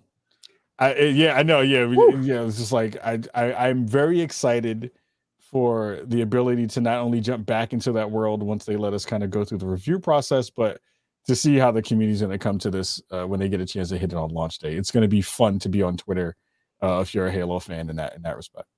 Oh yes, Cognito. You loaded that sucker up. Kind of walk us through how it felt. Oh man, you hit them Gregorian chants. It's on, baby. Yep. That touches the soul. But yeah, like I kind of had the same feel as Kai, where it was like coming in. I had a little trepidation because Halo 5. I've been on record. The campaign I just felt didn't hit for me based on the marketing, and the way it landed there, and I wanted to see what 343, how they were going to approach it. And the first thing off the bat was just, it felt so good. I love the verticality levels. I felt like the grappling hook fundamentally changes the way you play this game. I really just felt I'm able to do things in a Halo campaign that I just wasn't able to do. I will say this without spoiling. As a person who's a casual lore guy with Halo, I'm not a hardcore lore guy. I'm very casual. I felt they really did a lot of service there to get the lore heads excited, and that was the first thing. Just a lot of very, even the set pieces, very beautiful set pieces. I really felt the mythicness. I was just like, okay. And then the big question I think everybody had was, the open world, right? How can they attack this in a way that, let's be honest, some people don't like Ubisoft kind of a formula, or which approach would they take with open world? It's a nasty risk for sure. Yeah, hey, right. Let me pause Please, you 1 second. Please. A lot of people are like, please don't spoil stuff. Yeah. So rest assured, we were going to talk about the feel, the mechanics, and some of the open world approach, because I want to know in the chat if you watched this 6 or 8 minute campaign overview that came out about 3 or 4 weeks ago, or 3 weeks ago, because a lot of that will be part of what we talk about. That's already well known. That's not spoiler. Of course, no story stuff. Yeah, no. We won't talk about any of that stuff. And if we did, like we joked about earlier, a poison dart will come through the window and hit me in the neck. But yeah, don't worry about that. We're here to have a good time. I want to let Cognito kind of talk about how that feels. Go ahead if you can remember where you were at. It felt good. The last point I'll say was just the open world part. My trepidation there was like, how are they going to handle it? And I have to admit, it felt good. The way it was handled, I'm like, okay, I am feeling confident about the forward based stuff. I'm feeling confident about going outside, and man, I will just say there was a feeling as a person who plays Halo in the traditional corridor sense that if I'm getting overwhelmed, I'm kind of used to, okay, I'm gonna hide behind this wall. I can get it together and figure out. Whereas in this, I'm like, oh, they're there. Like you feel the sense. And I'm just like, I kind of like that. Like you can hide behind a big boulder, but that doesn't help you from the sniper over your shoulder you didn't see, right? And the danger and stuff like that. So my initial, impression is extremely positive. And my trepidation just went away. And I can't wait to see where this thing goes. So that's where I'm at with it right now. Okay. Kalief, let's talk about this open world, because I mean, 343 has always made a corridor shooter. They're just trying to stand on the shoulders of what Bungie created for years, and they let you out in this Zeta Halo ring that's covered in the campaign overview. So how did you feel? Because they let you walk out, and now you're not inside a corridor, which the opening of the game is in somewhere that's like in a corridor. So you're used to that in Halo, and then once you walk outside, the game has changed. So tell us, like, how did you approach it? Because I had a different way. Yeah, like it is a weird change for the series, but I think it's the best thing that they've done in terms of changing up the way that game kind of feels and plays. Like what Cog said, just having that grappling hook be a part of your kit let me do things that I would have never even thought of doing within, and not even just in a gameplay sense. When we were, I'm sure when you were capturing footage for your preview stuff, there's always that like, well, how high is that thing? Can I get up there? Can I go see what the rest of the world looks like from up on top of this mountain? And getting a chance to now have an actual space to be able to do that changed a lot of the ways that I thought about the game. Like in every Halo game prior to this, there was never moments where you could get high ground on an enemy. Yes, good point. Which was great. You know what I mean? I was like, oh, so I have a sniper rifle now. I'm going to this part of this map that has an enemy here. How do I tackle this in a way that feels strategic, in a way that benefits me from the way that I've outkitted my Spartan? Not outkitted because you have just weapons that you find in the world, but you know, with the weapons that you find on the ground, you're like, well, oh, I have a sniper rifle here. Let me use the sniper rifle here. And it's not just a line of sight thing. It's a like line of sight plus elevation kind of conversation. You've never done that before in a Halo game, You've never right? done that in a Halo game. And that just fundamentally just changes the way you think about engagements. And the other part that I want to dig into really quick is just like, I just love the fact that I can be moving around the map and just randomly find a group of enemies to just battle, right?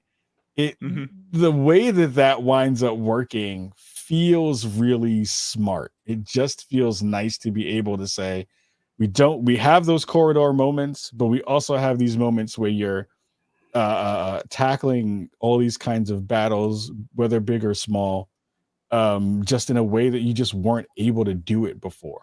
Yeah. So it brings a lot of things together that I just didn't expect to kind of like feel good about. And now I'm just like, ooh, you can't take this away now. Like you have to continue to go down this route if you're going to do another thing like this. So yeah. I mean, it could have been a death sentence for 343 to say, look, we're still trying to get Halo right. We're going to throw it out in the open world and just hope that you guys like it. And I got to say, when I first got outside, as we'll call it, when you get on the ring, I was in this corridor where I was feeling like Doom guy, because I was in these tight corridors. I was using collateral damage and grenades and melee with the grapple shot. You can grapple shot an enemy, obviously, for those of you who are playing in multiplayer, and pull it right into him, just hit him with an elbow. So it just feels so good. It never gets old. And when I got outside, I'm like, I'm here for it, right? Like, let's go. And I look over this opening camp, and there's not many enemy. Grunt here, a couple grunts there with a plasma pistol, maybe a brute over there. It's not. I'm like, I just jumped right down. I got in there. I'm like, do, and then all of a sudden the plasma's like, I killed the demon. Yo. And I'm like, and my chief just like ragdolls to the ground. I'm like, what? Yeah. What? Yeah. No. And I was playing on heroic. I'm like, I know what I'm doing. So I respawn and get back in there, and I jump down, and I'm trying to be John Wick, because I was John Wick in the closed corridors, but out in the open world, all bets are off, because you've always been outnumbered as Master Chief in a Halo game, but the open world is just so much more dynamic. Yes. And I hope you guys are okay with this discussion, but it's very, very general. And it was covered in the campaign overview. Yeah. But Cog, what did you do when you first stepped outside? Were you careful? Yeah, I mean, it was kind of like what Kai said. The realization of approach and how to handle things, and it just like, wait a minute, why? I don't have to go heads up on everything, right? I can rip this turret up here and take this to the side and try to pick people off from an angle and do stuff. And I do want to credit one thing too, though. I actually love the Banished as an enemy type. I'm a fan of them. Like, they are about to smoke. They're ready to get it on with you. They don't revere, like, don't get me wrong. It's funny, like you mentioned, the Covenant, and we're so used to them being sneaky and talking their talk, but they kind of couch. Oh no, not the Banished. Nope. Like all I would say, I am team Banished. And that's one of the things. I didn't think I would like them the way I did, but overall, to your question, yeah, I just love approach. I love, utilizing things, and then obviously as you progress and getting, kind of liberating things in a way that I felt like the progression felt earned, and everything, just leading up, and even the customization felt earned. And I'm like, okay, that makes sense in the scope of what's going on here. And like I said, man, it just feels good, Cole. It feels good. I was so like concerned, like, are they doing too much? Is this the right way? And so far, I'm like, I can't wait to see where this thing continues, man. I'm hyped, bro. I'm hyped. Yeah, I I was concerned about the open world. Like people are like, is the open world lively? Is it sparse? And there are plenty of moments where there aren't a lot of enemies around. And then Gareth Coker, who did the music for Ori and the Blind Forest, and he I didn't look into this, but he co-produced the music. And there's kind of a Skyrim nice music that plays at times because you have nice green grass, some wildflowers, some pretty, Pacific Northwest trees, and then it's like kill the demon, and you go in, you jump into these fights, and it's not always just a straight up fight because they may be a brute or two in front of you, but then you've got jackals up at higher points, and they have the advantage on you, and it just. I said this in my preview.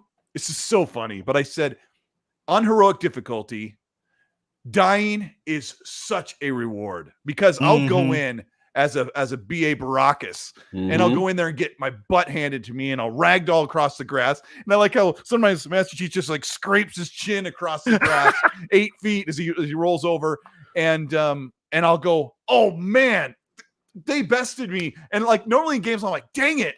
But like when they get me, I'm like, Banish, you earned that one. And I'm and respawning takes like 3 seconds on the Series X. So you get this short loading screen and then you're back in at a checkpoint and you're like a hill away from where you saw your demise. That's always been a staple of Halo. Like when you play Reach, some of the maps got kind of opened up, they kind of funnel out and then they funnel back in. And that was what made Reach so amazing, was when it funneled out and there's an AA gun and there's vehicles and all that stuff. But when you play Infinite, you can imagine that you're going to have that funnel is nearly always open until you get into main missions. So I'm really happy with how it's turned out so far. One of the other questions somebody asked in the chat, I'm trying to keep an eye on, is how does it play? Is it smooth? Kalief, you want to take that? Yeah, I played it on both the Xbox Series S and X. I was curious to see how it would perform on both, and it just feels fantastic. Like I think again, like whatever console you're currently using, of course PC is going to be beautiful and ridiculous. But either console that you're on, it's going to look and play super well. Like I think the interesting part was going between the S and the X, just seeing a little bit of the quickness with the loads. But for most of the video that I put out, like most of the footage in there is from the S. It's not from the X. It is. And was it running 60 on the S? I've never bothered to check. Yep. Nice. That's amazing. Nice. So it looks fantastic. You're going to be in for a treat whichever way you go when you wind up playing on it. I would agree. Okay. Yeah, I would agree. I haven't clocked a lot of the other questions because we've been talking like crazy, but there's I'm trying to think of what else to talk about. Now there's a couple things we were able to cover. There's a couple activities that will repeat themselves in the open world. And then you get that like, oh no, is it like Far Cry? And I feel like the game is nothing like Far Cry. And I thought it would be from the campaign overview. Cognito, are you a Far Cry aficionado? I am not. So this was a pleasant surprise for me because those were my fears. I've been on record to have open world fatigue, so to speak. And when when it was announced that Halo would be going this route, there was a part of me that had the eyebrow like, oh boy, no, this is going against my core, one of my core tenets that I got tired of. But I just think it's handled well, and I just think that again, what is it, the fobs, the forward base and stuff. I love the implementation and the feeling and the way it correlates to what the game is trying to do narratively and stuff like that. I think it all ties in, and again, what makes it really cool is choice, how you do things. Order the way you do things. You don't have to do everything. You can beeline if you don't choose to, right? But then I felt you get rewarded sometimes with lore, and if you go off to do something, find things out. And some of the things I found out, I'm like, wow, this is pretty cool because I chose to do some extra exploration and stuff like that. So yeah, very that's cool. kind of how you can make the game, you get Master Chief prepared for the next big moment. That's a good thing about open world games. You can do just enough side stuff to get ready in an open world game to better prepare you for a main mission. I've always played games like that where I try and do a little bit of side stuff, level up a couple things or get better gear or whatever, and then take on the next mission. Yes. And I feel like I am totally ready. Yeah. What was his name in the chat? I just wrote it. Justy Spud said, is it like Far Cry? Which I said, no. I'll tell you why it's not like Far Cry. Far Cry, since Cognito's not a massive expert at Far Cry, I've played them, almost all of them. Talk to me. Far Cry is at its best when you tag out your enemies from the top of the hill and pick them off with a silenced sniper, sneak in and stab out the remaining guys, take out an alarm, right? But when you get into an all-out firefight, are you with me, Kalief, on this? Yeah, like, do you know your Far Cry games? Yep. When you get in an all-out firefight in Far Cry, it's kind of when it's not at its best, in my opinion. Do you know what I'm talking about? Yeah. Because what happens is everybody and their mama finds out that you shot a gun, and then everybody and their mama tries to come kill you, all at the same time, and it's not that fun in that respect. I do think that the interesting part about that question too, and I'd love to hear both of your takes on this part of it, is in that balance of doing the Assassin's Creed everything on the map is everything on the map, and Far Cry has a little bit of that as well. So I'm with you, Cognito, in terms of the open world fatigue parts. Do you feel like, though, with the way that the structure of at least the things that you had seen in the open world, that one of my worries is that players may not necessarily have as much stuff to do, that is that interesting balance between the large Assassin's Creed and Far Cry's kind of series and what Halo's trying to do? Like, I'm wondering if people may say, now that I'm in this open world, I don't know if I have enough stuff to do in this space. I'd love to hear your thoughts about that. Like there aren't warthog races. right? Like I'm hoping, please don't ask for that. Whoever's out there, don't ask for that. But I wonder, though. I don't know, Cognito, would you want mongoose races? I'm good.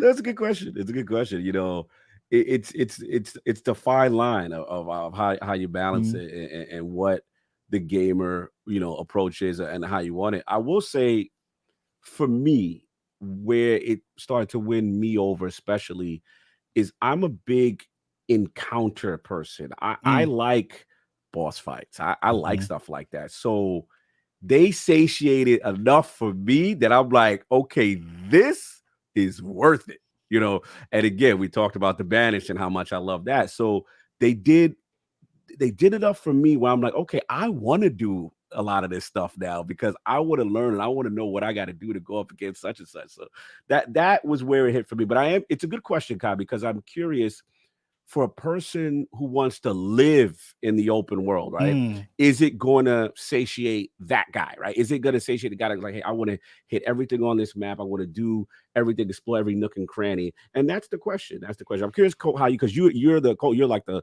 Far Cry guy. You're, you know, Assassin's Creed guy. So like, what was your thoughts on the open world take? Like, was it enough for a guy like you who really does love those type of games? Well, sometimes, like, when I make the joke about the warthog race, sometimes those side activities are fun that get you away from the regular grind of what you do of killing or blowing up stuff. And like, if you jump on a jet ski in Far Cry and do a jet ski race, do a canyon river, like, oh, that was really fun. And then you get back to doing the regular stuff, but you don't get that in Halo. And it's funny because Gears 5 had this semi-open world, but it wasn't really open or alive. And I felt like 343 was only going to meet us part of the way there with open world. And I think they kind of did. I think they kind of looked at what did people want without overdoing it. And I think they've kind of tried to land on that spot. Let's talk about one thing they did let us talk about in the previews is the high value targets, which become a major mission on their own that happens dynamically and naturally. Kalief, did you do any of these high value targets, and explain to the audience what they are?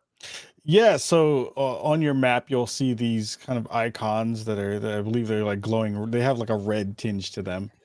And when you go and track these high value targets down, they usually have a kind of specialized weapon that is attached to whatever kind of the classes of weapons that we currently see. Mhm. I won't get into which what your variants of that. So I won't get into what they do or some of the stuff that I've seen so far. But those battles were really interesting because, and this bridges to the thing that I'm hoping we're going to get into in terms of the conversation around co-op.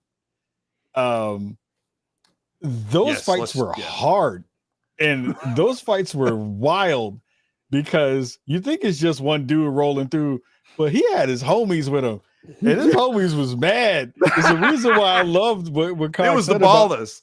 Yeah, like I love, yeah, no doubt. It's the reason I love the fact that we're all like the banished are dope because the enemies are just really interesting in that they have these variations on some of the ones you kind of come across throughout your campaign journey, but they just feel different in the way that they attack, in the way that they combine forces, in the way that they have, the big boss and other minions kind of around them, and all the ways that those kinds of encounters work. So I'm sure Cog was super hype about the encounters parts of it because it was this like, all right, I don't know what I'm going to go into. I know I'm supposed to go into this particular part of this thing.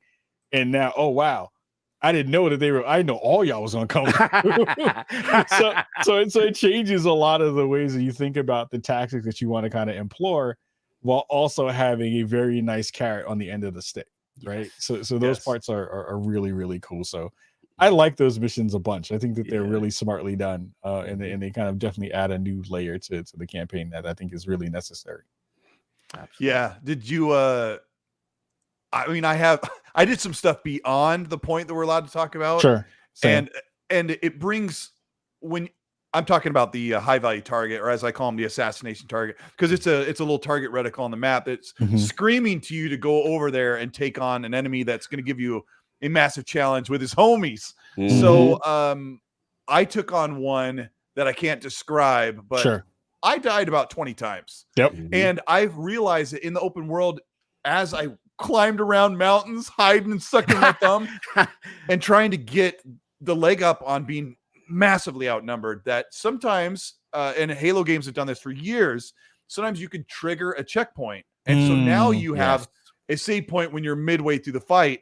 And a couple of those saved my butt because I had died over 20 times. When I finally took the guy out, I was like, yes. And it went down there, and you hold X on his weapon, a hologram that you get for winning the fight. And that weapon will do something different, slightly different, which we won't talk about. But someone asked in the chat, I want to ask Cognito about these high value targets if we did those in a second here. But someone asked in the chat, they typed, let's see, it was Pointless View says, hey Colt, does the game encourage and reward exploring off the beaten path? Cognito, you want to answer that for him? Yeah, absolutely. Absolutely. Yeah, you are rewarded. And again, it's not the beautiful thing is it's also, we talked about reward that's going to augment you, right? It's going to make you a better Spartan. But then, like I said, for me, I got lore, and that was my big thing with 5. I really was like, I just felt disconnected, and now I'm like, I'm learning what is going on, what is happening, and the audio logs, you mean?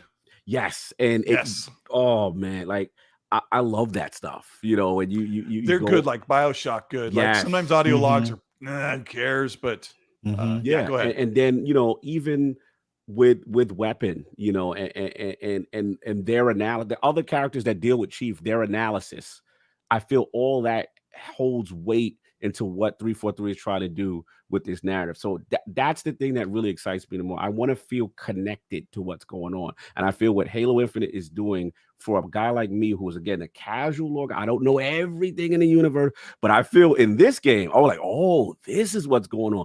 Oh wow, okay, it's giving me that feel, and that's what I've always wanted from Halo. You know what I'm saying? Because I just felt, not to keep bashing 5, but I felt betrayed, man. Everybody does. I remember being at E3, Kyle, right?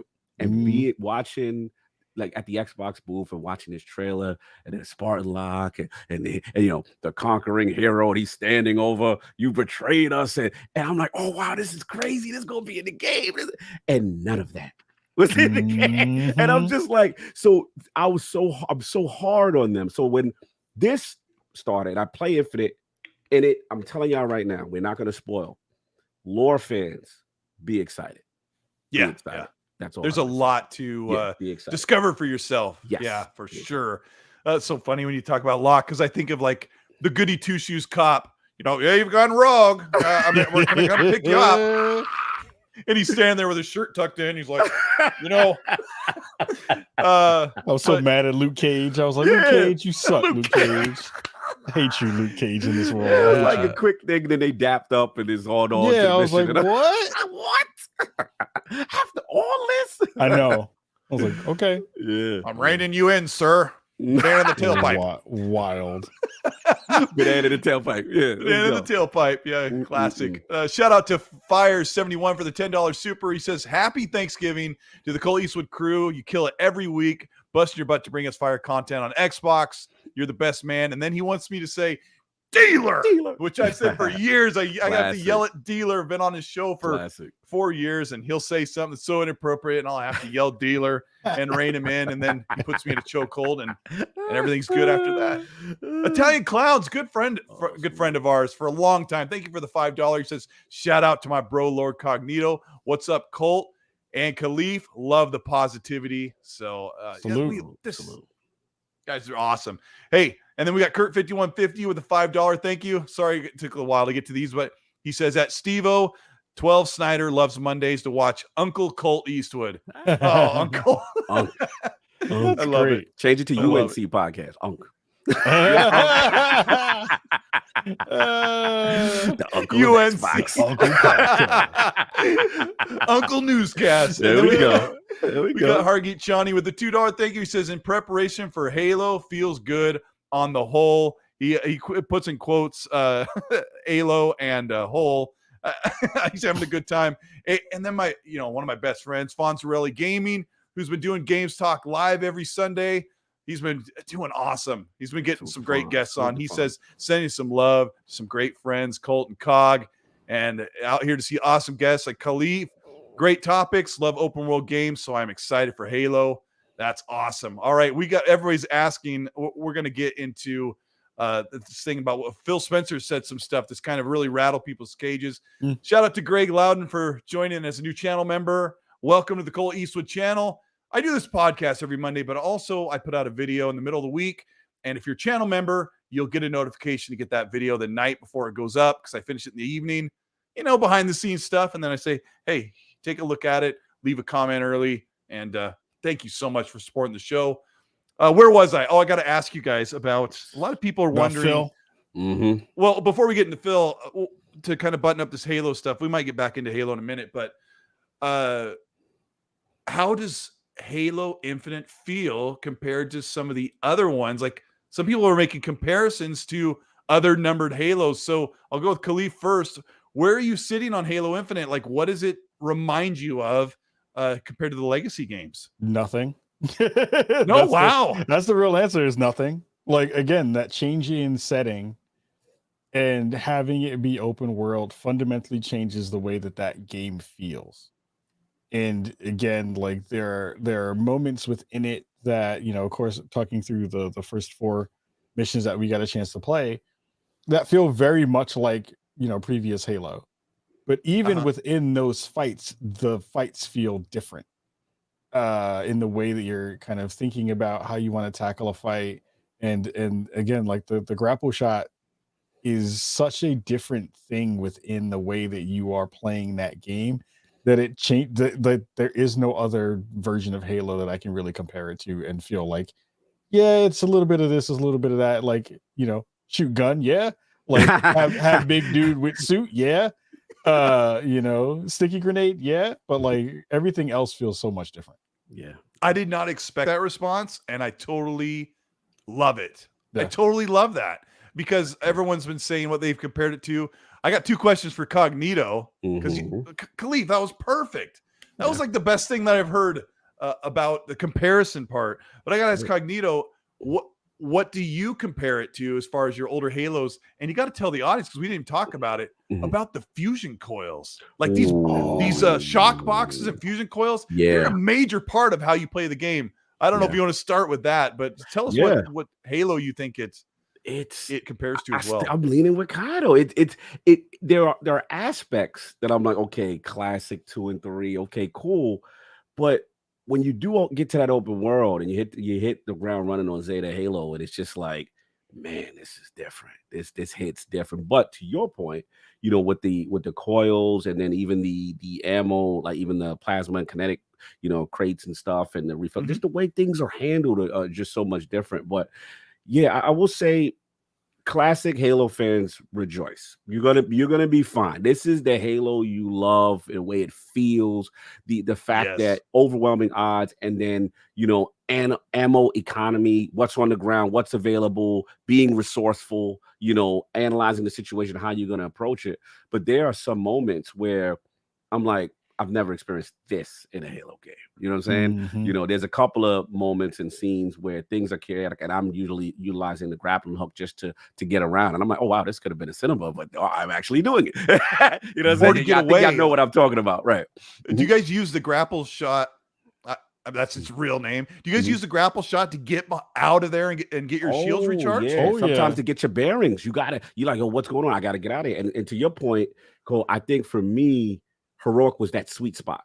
Yes. Was that where I felt like, okay, they're posing enough danger here that I gotta be respectful. And then, like I said, when we get to encounters, you said it best, Cole. Like, I was getting handled some of these encounters. I was like, damn, they ain't got no respect for me out here. And like I said, sometimes it ain't just dude, it's dude and the homies. And you're like, oh, okay, now I'm trying to get out of it. And that's when the grapple shot becomes an escape tool. And I got to, again, maneuver and position and try to be strategic. And these are things that I love that add an extra dynamic to Infinite, that, again, there's so much, Kai said it best, there's still so much new that you really can't equate it to any past one just yet. And again, it comes down to, let's see how, as we keep on going with this thing, where it lands. The jury's still out, but it's such a positive start that I'm like, wow, I can't wait, man. They really feel like they're on to something right now. Yeah, and I think maybe some of the people are saying that they get that feeling they felt when they played 3, or that feeling they felt when they first played Combat Evolved, because it has roots, but you guys are so right. It's so different. And if those of you who are playing in the bigger maps in the multiplayer are getting a real taste of what we've been talking about. And I think it's super exciting. And I got to admit, and I will admit, that I have died many times from a grunt. I think I'm worried about the brute or the elite. Yeah. And I think I'm going to get that brute. I down that brute, and then like, and I get down from a grunt. I'm like, are you kidding me? So you got to give respect to the grunt. Colt, they be talking, them coming, little companies be talking, bro. Dude, if you listen while you're in the death animation, one of the grunts said, I tried to remember this the other day, but a grunt said like an American idiom, like some type of trash talk thing. And I don't remember what it was, but you know the old term, your ace is grass and I'm the lawnmower. My dad used to say that to me. My dad used to say, your butt is grass and I'm the lawnmower, without me swearing. And I love it when he said that. But the grunt said something like that, kind of like Biff Tannen would in Back to the Future. But he messed it up. Like he said it wrong because they don't know English. Like they're learning it. It was so hilarious. They talk junk, which is, I won't dig into details about the junk that I heard when I died, but they talk some junk. Yeah. When and the Jackals, they're talking smack. They're up there talking smack on the hill. It's so good. Yep. So good. Yeah. Love it. So fun. All right, let's get into and shout out to over 600 people who are watching the show. I'm here with Kalief from SpawnonMe and Lord Cognito of Iron Lords and Defining Duke. We just finished, no spoiler, talking about Halo Infinite. We are so happy. We did it. We did. I think we did. Woo. And you know what? I bet there was some stuff that we said people still are like la la la la. I totally respect that. Reasonable. So for those of you who are wondering, like sometime tonight, Xbox is going to pull access from that campaign away from us, probably at midnight. So we might sneak in a little bit of that gameplay after we round the show out. But anyway, we're super excited. Anyway, this is the XNC podcast, and we're live on YouTube. We're also on Spotify, Google Pocket Podcasts, and Apple Podcasts. So that show will be up on demand in your earbuds while you're pumping iron tomorrow at the gym or walking the dog. Thank you so much for the support. Hargeet Chani with the $5 says, since Halo will be eligible for the Game Awards in 2022, do you think it will stay relevant when it's that old for jurors to vote it next year? Boys? Yeah, I think they'll carry that over. I mean, you may see Horizon get carried over too into next year. Yeah. You know, you never know. So I would You never know. It will be a tough year for 2022 as well. Yeah. PlayStation has some of their best stuff. They've got Gran Turismo, Horizon Forbidden West, God of War Ragnarok, and then Elden Xbox Ring. has. Wow. Yeah, Elden Ring's going to be there trying to take everyone's lunch money. So it's going to be crazy. So everyone's wondering what the heck Phil Spencer shocked the world with, and one of them is kind of a joke, and the other one is where in the heck have you been? Actually, most of them are kind of where in the heck you've been. We'll start off with Phil Spencer saying that Game Pass is sustainable, and the media and some of the fans around the world were like disbelieving when Phil Spencer says sustainable. I know you guys are both business savvy. So Kalief, what is Phil Spencer talking about when he says, don't worry, quit watching my pocket? Yo, get out of my pocket. I mean, the interesting part about all of that stuff is the fact that people don't believe him. I'm like, look, here's the thing for anyone who's listening and everybody else who's out in the world who doesn't understand how PR works. The first thing you got to understand is like a cat at that level doesn't say a thing without having his facts straight. There are very few times in which a person like that, Phil Spencer, or anyone else in the space that's at that level, will go out publicly, not have that conversation vetted, and say a thing off the cuff that is absolutely not potentially true. There are times when people mess up, but for the most part, that stuff is nailed down way before you even get a chance to get that interview locked in. So, for the conversation of saying, is it really sustainable? Is it not sustainable in that way? Like, I mean, look at the stuff that they've pulled into the portfolio in the past year alone, right?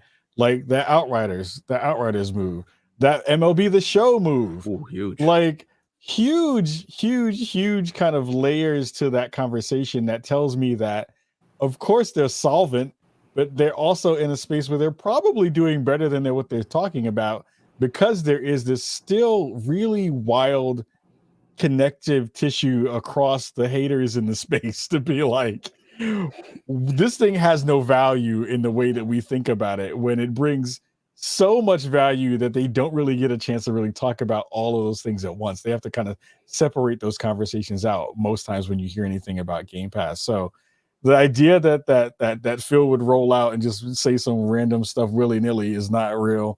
It also like it doesn't matter if it's solvent or not. The better question is, do you have the games you want to play? Do you feel like you're getting your value for your money?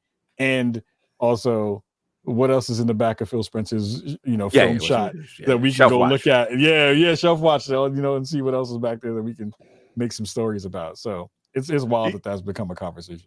He does sound a little annoyed when he answers these questions, doesn't he? When he's like, yes, I would be too, right? Yes. Like, I'm sure there's one moment where Phil like looks at he's him armchair analyst. Y'all need to put some respect on my name. Don't you know what the bomber jacket too? He's got the bomber jacket, right? I brought this joint back from the brink. What are you talking about? I ain't got no stuff in here. Speak on it, right? I don't know. It's wild. Yeah, I mean, it seems like he's had to correct it because people just keep asking him all the time. And Cognito, I got to ask you the other part of the question, because everyone said, so some people believed him, right? Okay. So Phil says it's sustainable. Okay, we agree with him on that. Well, we'll take him at his word. He might know what he's talking about, but it ain't profitable. Take it, Cognito. Take it. You know how I feel about this stuff. All the corporate pocket watching, and it's exhausting, because it's like, look, at the end of the day, this is very simple. As a gamer, does this benefit you, right?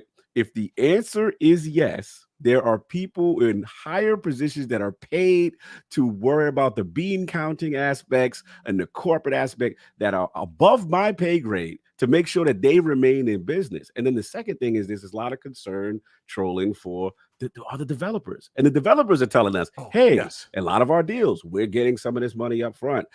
Every deal is not structured the same, but it's beneficial on the upfront, in the initial stages. So that's what we want, right? We should want the developers that we love to stick around to make the games we like. But instead, we out here worrying about, I don't know if it's power profitable. I don't know, because I said it before. I had one of my classic rants on ILP. I don't go to the dealership, and when the car is on sale for that month, I don't know if the Range Rover, this is too good a deal, guys. I don't know if are you guys going to be able to sustain yourself, man? Are you? Because I just can't understand how you're going to give me this car this month for this price. I don't do that. I say, this is a great deal. It benefits me. I'm going to drive this car. Thank you. Here's the money, and here's the payments, and that's it. It's in the world have you ever bought something on clearance and thought, is JCPenney going to be all right? No, actually, I think they might be closing.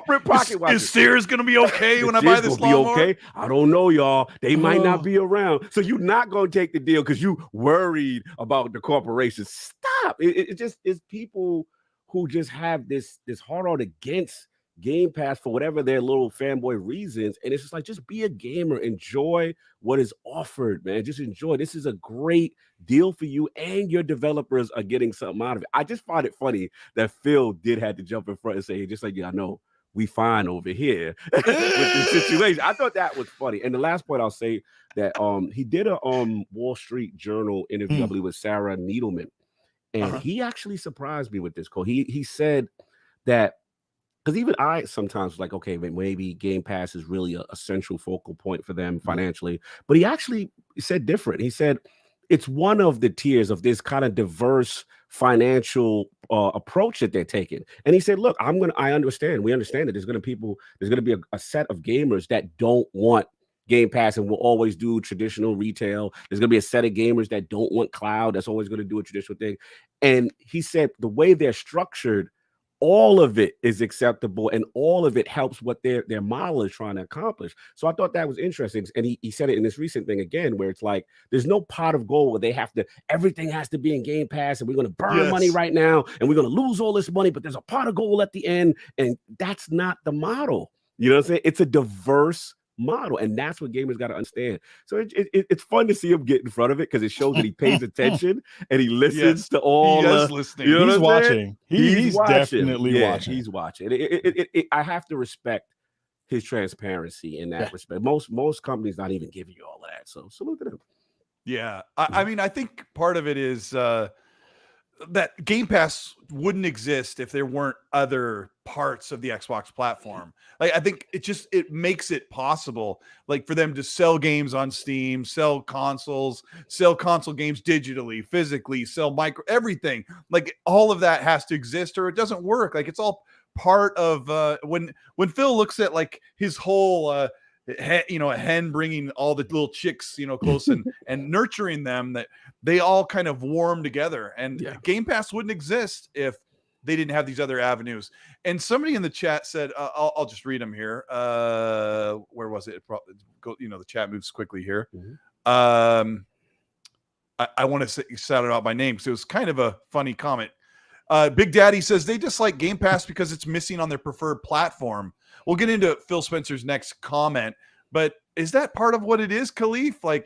Maybe it's concern trolling because maybe the other platform doesn't have something that everyone's buzzing about. Game Pass has been trending on Twitter for the past 8 months. Is that where some of the stems? The real tea, and this is for real. Everybody, and I don't care if you get mad at me. I don't care. Let's go. I don't care if you get mad. State of Play is booty butt cheeks. PlayStation Plus is booty butt cheeks. The stuff that you get on the PlayStation platform currently right now, and again, I am a fan. You can see behind me, I have all the stuff. Yep, I see it. That conversation changes a lot when you don't see a lot of stuff happening in your space. The most interesting conversation is the fact that we even see people who are benefiting from this ecosystem on PC get mad at this conversation, which is even more wild, because the way that you just talked about that, Cole, and the way you just talked about it, Cog, exemplifies what the Microsoft game plan has been since GDC maybe Yeah. 5, 6, 7 Years years ago. ago when they Yeah. initially talked about how they wanted to implement Azure Cloud into the gaming ecosystem, into the new Microsoft, whatever it was going to be that they wanted to be, so that now you're not thinking about hardware, you're thinking about services. Yes. And you're thinking about ecosystem versus system, which changes a lot of the way you think about everything moving forward. The problem is that being the foundation of where Microsoft and Xbox has been living for the past 4 to 5 years, and now seeing the fruition of that come to play with the Xbox Series X and S, and even now going backwards to the Xbox One, with them being able to use some of that hardware Oh, to so boost impressive. some of the stuff there. Yeah. Super Yes. impressive. Backwards compat being in that space. To be fair, if you're a Sony fanboy, if you're in the Sony camp super hard, PR has not been great. Yeah. You haven't gotten a UI update since the thing launched. You haven't gotten much in terms of that response there. The biggest Holidays thing a little dry. Holiday is Y'all messy. ashy. Oh, y'all messy today. Fanboys gonna clip this. They gonna They're gonna clip it. They're gonna come for They me. coming for y'all. They're coming for me. I'm sorry. I'm telling the truth. It's not my fault. But if you really think about where the spaces are right now, Sony is really playing in an old school way. Yep. They're playing in a very traditional hardware-based system. And they have bangers coming. I will be there day one when God of War drops. I'm going to be there when Elden Ring drops and when everything else happens on that side of the fence. But there is a layer of jealousy now because, again, when's the last time Xbox had bad PR? Xbox Live hike and probably the hike was the last. 2021? That was a bit, yeah. Yeah, that was like, That's how a minute. many news cycles have they gone where they've just been like, yep, thanks. Yep. Okay. Thank you. I mean, appreciate just that. look at almost every Monday for Xbox has been like news. Here's the wildest thing. So before I pass the mic to Cog. Microsoft has gotten more buzz over a refrigerator replica of their console than Sony has gotten about their console. Yeah. Can we talk about the fact that the biggest news that has come out of the Sony camp has been, hey, that game that you bought that you cannot fit on your hard drive, here's a new hard drive with some firmware now that you can put that game on that hard drive. Yeah, I was gonna say. That's the biggest news that's come out of the Sony camp since launch. So, like, again, I think, when we talk about Game Pass in that way and we talk about the offerings that you're getting on that platform and why people are mad, there is this layer of like, I need to defend my purchase. Yes. And that defending of the purchase leaves people in this space where they don't have a lot to kind of lean on. So let me hate on the other people who are having dope stuff. It's wild. Stephen Kuriak said, but side plates. I just saw that today. They're finally announcing the side plates, but man, those are they really? Yeah, they're actually going to do them. D-Batch bought the black side plates. I can't remember the company. Cognito, what's that company? I forget the company. You on the one that was the on again, off again legal thing. Yeah, like I forget the name. Yeah, I know. They were getting like sued by Judge Wapner was putting them putting the smackdown on them. Like those side plates. I've got my PS5 down here, and it's got the Miami Vice pop collar look. I don't love it, man. And the aftermarket ones like are all the shape of the console. I should just order them. D brand, thank you. I met Kumar and VG. Now I gotta look that up now to see if they got any dope ones. Yeah, I think they're $60 or $90. Somebody will fix that too. Yeah.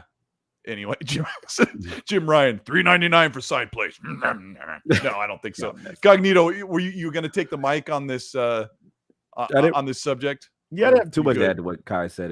Kai said a lot of points, and I just think what happens, sadly, is when people lock themselves into an ecosystem, right? And you're not necessarily experiencing everything you can, and sometimes there's that need to defend, right? There's that need to diminish something else, and just be a gamer. If you see something that's beneficial, and to be honest, look, I do Defining Duke, and obviously we know it's on Last Stand Media, and Last Stand Media has a lot of PlayStation fans, and they've come up to me and say, look, Cog, I've never owned an Xbox, and I can't front. I listen to you guys, and I like what's going on in the ecosystem. And I said, okay, well, tell me why now you're interested in an Xbox, right? And they would say, you know, the value that Xbox is providing, whether it be Game Pass, whether, you know, the consoles and stuff like that. And then you talk about Xbox Game Studios. You talk about the Bethesda acquisition. People are like, yo, I know that's probably a topic that we're going to get into, but, you know, the whole Elder Scrolls thing, like some people are like, look, I'm a fan of this series. There's no way I'm missing out. And because of this, I'm going to get it. So I'll say all that to say this is that this generation is just proving that Xbox is doing a really good job, and it's going to be such a competitive generation for them. And to see them shine in the way they do, they actually are getting people to now be interested in the ecosystem that maybe last generation they went with PS4, right? And now they're like, okay, you know what I'm saying? Now Xbox is speaking to me. Now I'm thinking about getting it. And I think this is where the S will come in. And I'm seeing a lot of people say, hey, the S as a secondary console for the person who already is in a PlayStation or Nintendo ecosystem, this might be my way to get in and experience the game. So at least that's what I'm seeing short term. Yeah, I mean, when Xbox wasn't competing, it just wasn't good for anybody, and people were really unhappy. So this is a good thing. And you led us right into the other thing that Phil Spencer said. He was asked point blank if Elder Scrolls 6 is going to be exclusive to the Xbox. And I actually don't even have his words, but he said that's always been the plan. And people are still saying, Kalief, that, well, they'll make it time. They'll eventually come to PlayStation because they're going to need those sales. Man, listen. Where are you sitting on that? Look, if you're still on that, you need like a really good stiff drink, because that's not going to be. You don't spend that kind of money to walk into the room not like Vince McMahon. You don't right. There's no walking up. Look, if I spent the money to get one of the most sought after IPs, matter of fact, forget the fact that they're going to get the game itself. They spent actual real money to get all of Bethesda, one of the most sought after studios on the planet. And Doom, Fallout, Elder Scrolls, you name it. Yeah. And I'm just like, you know, I think this is one of those times. Like, you ever get mopped up in Halo and you're like, I ain't banished. I give you some props. Yeah. I rock with you right now. You handle me and you gave me the business. That's everybody. That's all you got to do at this point to Microsoft and to the folks over on that side of the fence on Xbox, and say, look, in a time in which the conversation has been for multiple years, and to be fair, multiple generations of their consoles, where the prevailing conversation around them has been, they have no games. It is the prevailing thing that you hear out of haters, friends, countrymen, everyone come to me. All of those things were the prevailing conversation. Microsoft has no games. And what did they do? Spent a ton of money, pulled a genie bus, and did the Lakers move, and was like, we gonna get you, we getting you, and we getting you. So you can't tell me that we don't have games anymore. Talk to them. What do you expect them to do if you don't want them to not be competitive in a space where Sony was kicking their butt for 2 generations? So, like, if you don't have that thing and you can say, well, look, I now have one of the most anticipated games in one of the biggest franchises on the planet coming to my system, that's a no-brainer if you got the money to do it. Makes sense. It's good business sense to do that work. Yes. So, well said. Well said. I'm gonna go with Cognito with a spicy question, but I got to give shout out to Papa Baco 72 says, great show, Colt. Hit the like button, gamers. He says, show the guys some love for doing an awesome show. You guys are amazing. I'm looking at the chat over here. They're loving hearing you guys talk. So come back as often as you can. You guys are amazing. This absolutely. I said at the beginning of the show, like, I don't really get to know people in the community, but when I bring somebody on, like Cognito and I got to meet, but when I bring somebody on like Kalief, like, this is our chance to get to know each other. It's amazing. So amazing. I feel so fortunate. Thank you so much for showing up and hearing the show. Let's see. I got to ask Cognito. What's up? With Elder Scrolls going everywhere, it's going to be on PC. It's going to be on Xbox One through cloud. It's going to be on Xbox Series S and X. It's going to be on mobile on our Razer keyseas we bought. Yeah, like, got a key. It's really everywhere from PlayStation. I got to ask you, Cognito. Yes. What about those PlayStation guys who are mad about Elder Scrolls 6 going to Xbox? What happened to their beast PC they built and bought so they can play Xbox exclusives? Oh, you extra messy today. I see what we doing. Now look, we know the rhetoric, we know the talk, right? I think Kai said it best. It's like if you've been bullied before, right, and you've been getting messed around, you can't get mad at the reaction of the kid that got bullied. So the bully was like, yo, you've got no games. You've got no game. You can get slapped in the back. The kid gets a gun and buys the whole bit. Like, you can't get mad if you get shot. And this is what happened. They bought Zemax. Like, this is what it is. And to me, you know, I'm not even gonna get into the double standard thing, but it's like, I don't understand why Microsoft has to keep explaining themselves as to the acquisitions, because one thing I know about Sony, you know, they make it very clear, you know, that, hey, this is going to be exclusive. This content here, you can only get it here. So I don't understand why the need that Microsoft has to constantly have to explain themselves when they do a business move of this venture. So yeah, this is, like Kai said it best. When you spend that much, that you invest on this level, you're trying to get your first party offerings with Xbox Game Studios to that point where there's no second party deals, there's none of that stuff. This is under your roof, your control, your ownership. This is what's going to happen, you know, and I like the investment, and I think it gives each platform its, you know, unique identity. There's going to be games you can only get on Sony. There's going to be games you can only get on Xbox.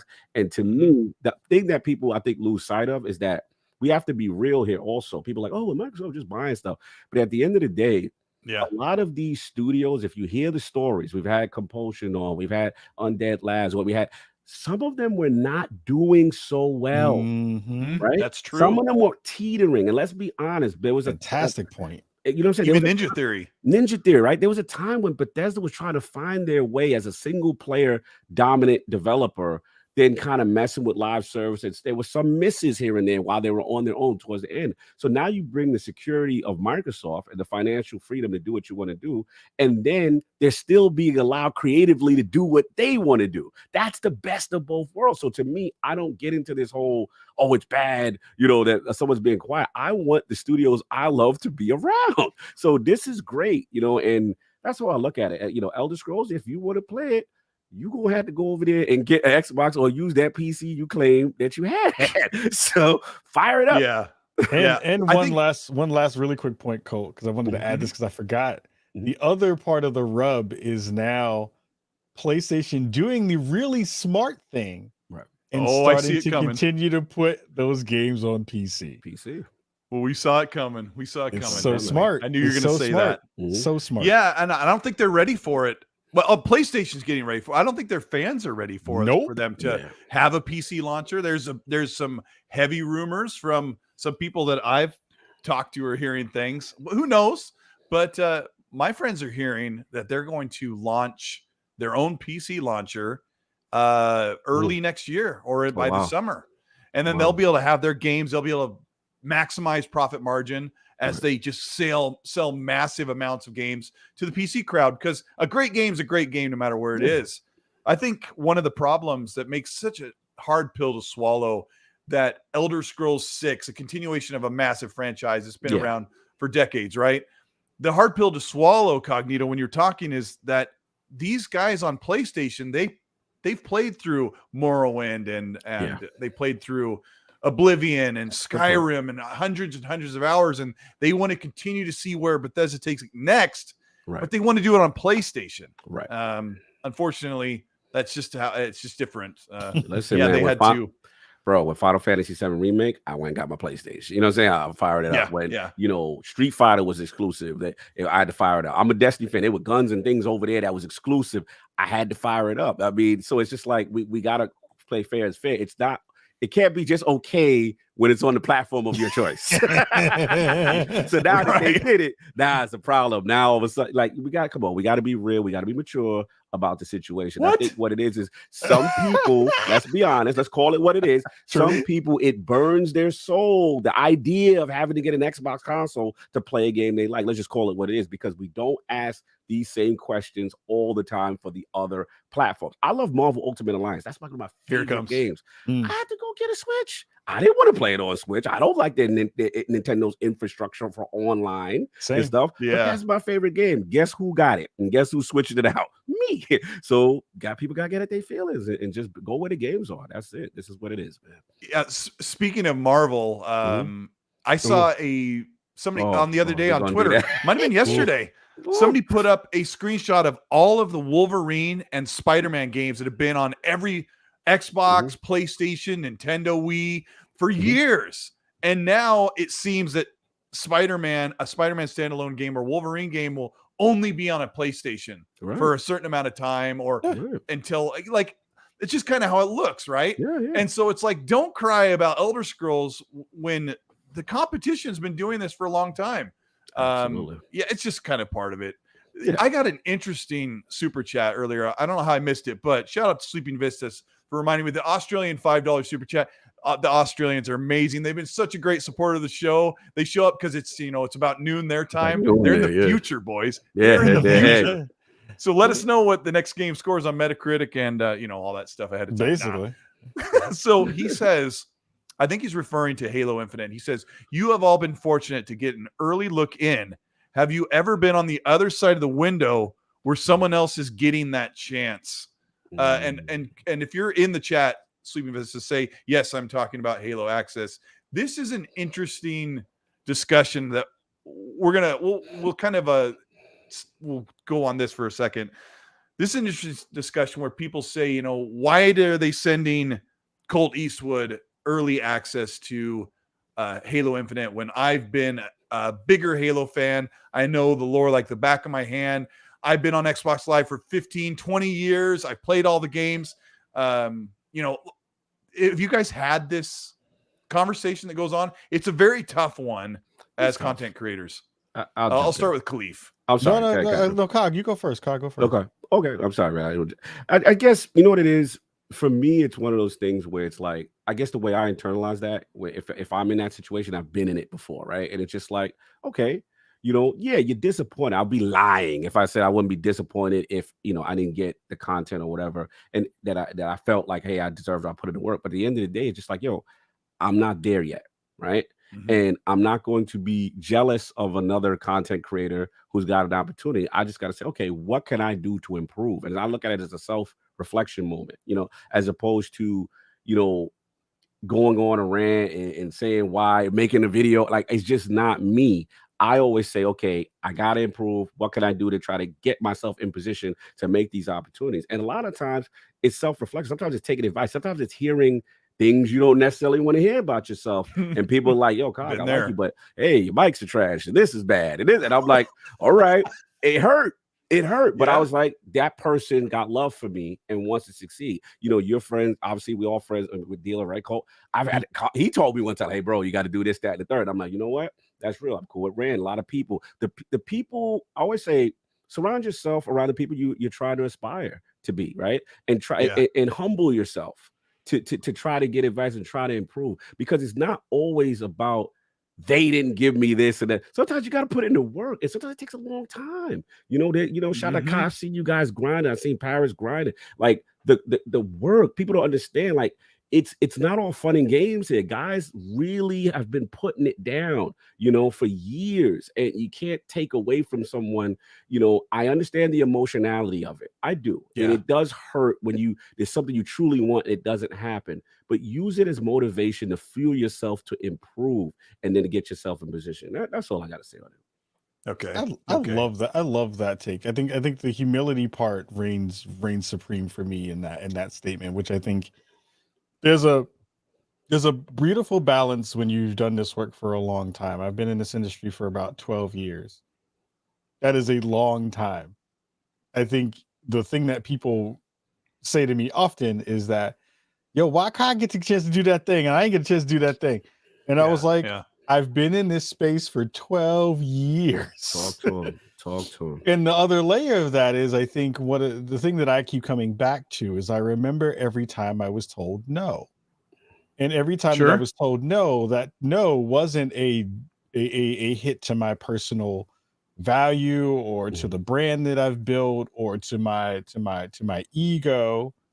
It was an opportunity for me to try to. It was an opportunity for me to try to pivot and to try to figure out a new angle at which to do this. If you've been in this space for any length of time, you have reinvented yourself at least once or twice. Preach.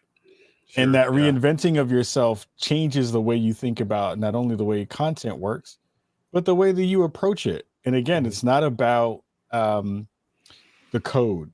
It's not about the access. It's not about the thing. Those are cherries on top of all of it.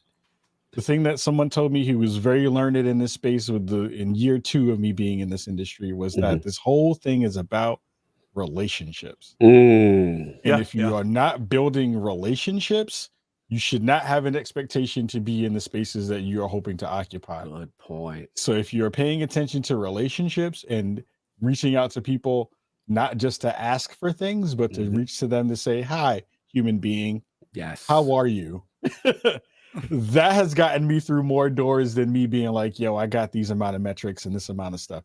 Because I'll be super transparent. We are not at the upper echelon of the podcasting and video game space, but we are getting really good opportunities because I've paid attention to those relationships. So that's the advice that I would give to you is pay attention to how you are embracing, encouraging, and fostering those relationships, and you'll be in a much better position than 95% of the people who are out there doing that work.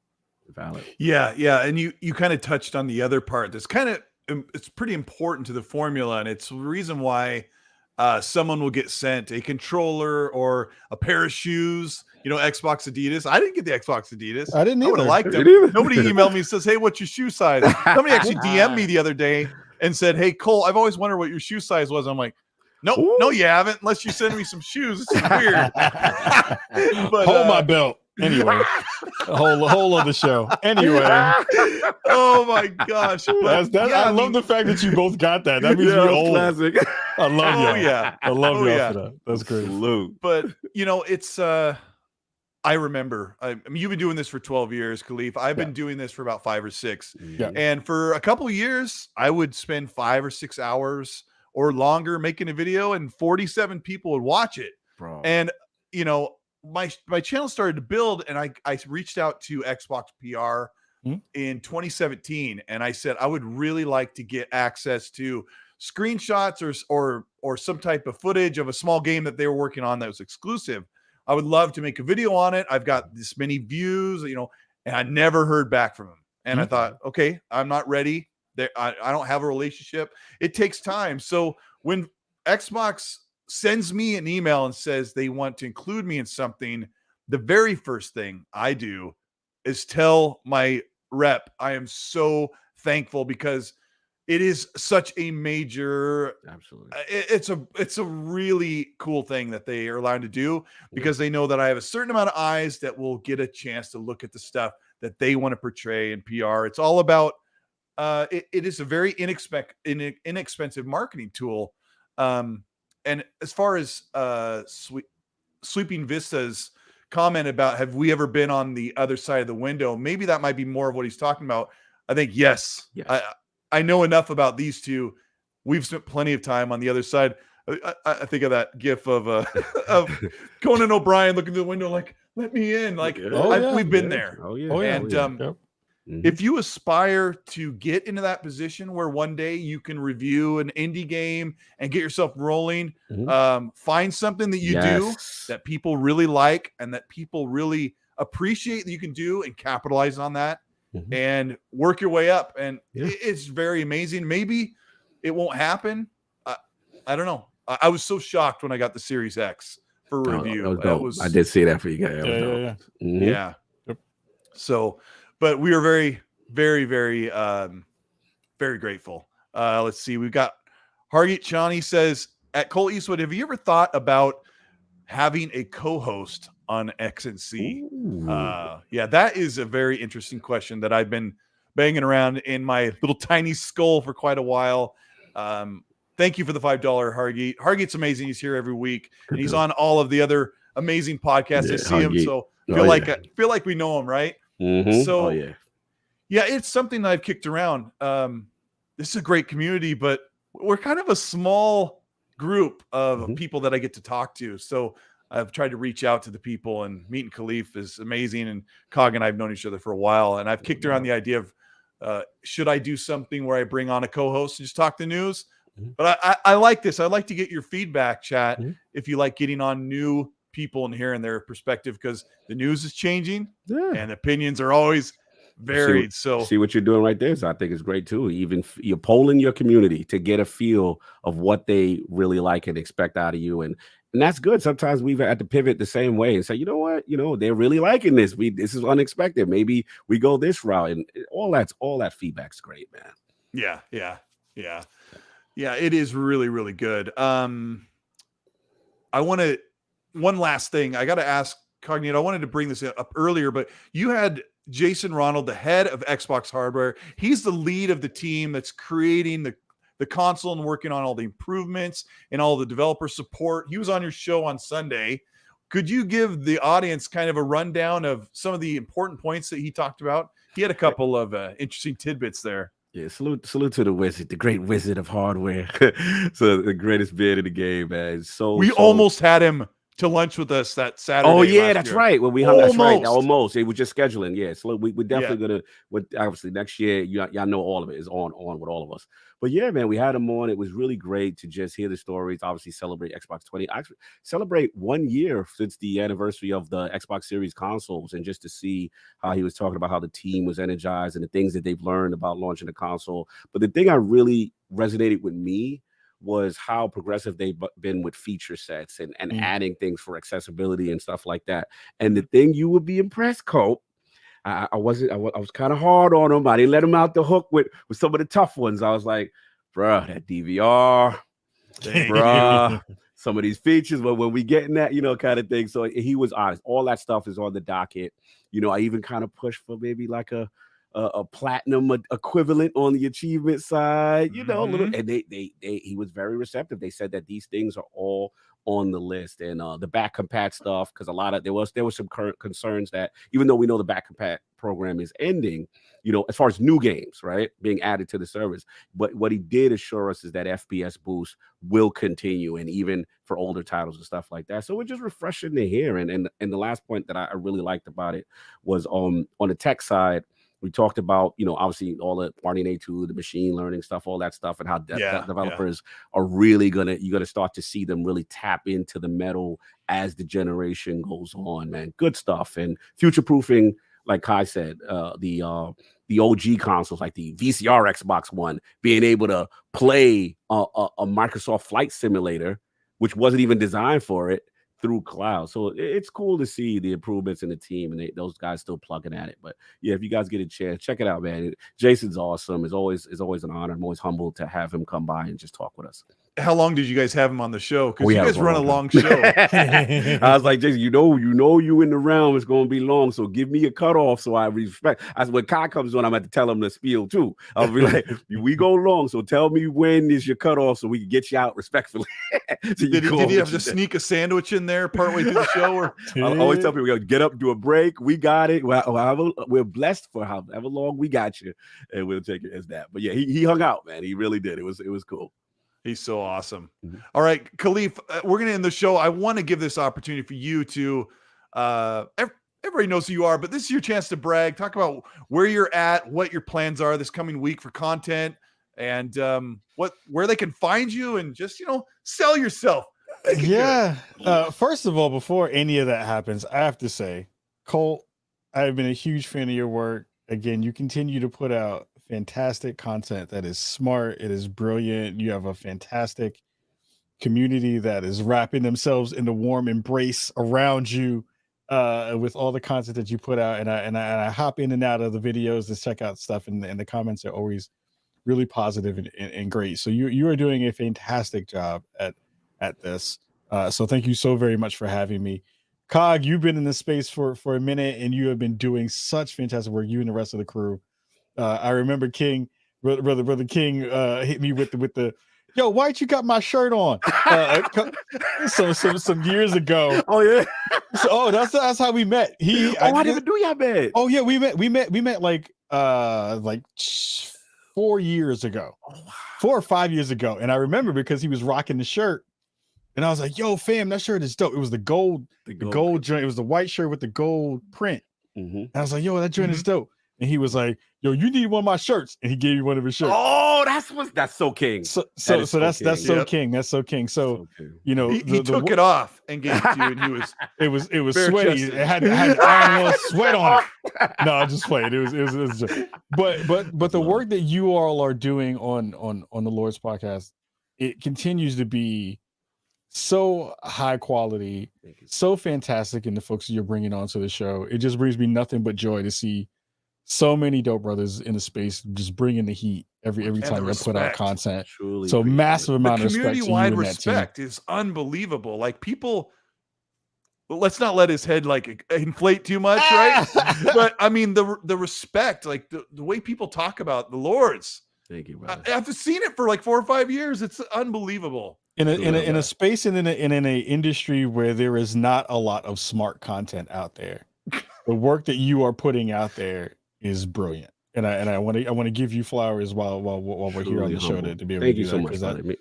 Because that means a lot to see. That gives me motivation to keep pushing hard. So everybody at home, thank you so very much for having me and putting up with my Ashy Spartans hashtag. No, that was great. We running with that.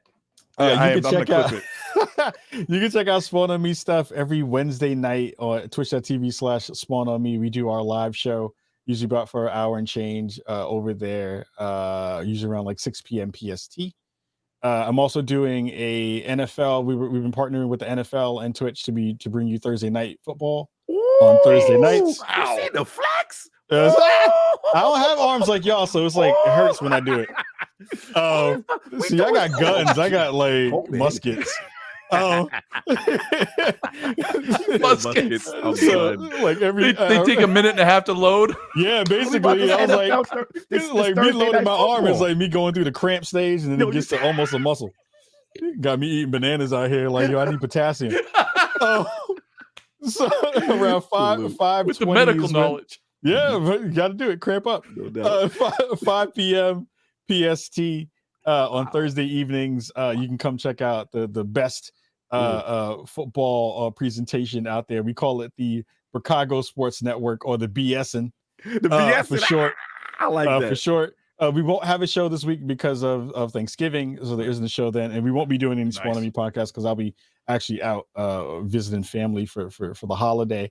But the week after that, we'll be back big and strong, rocking out there.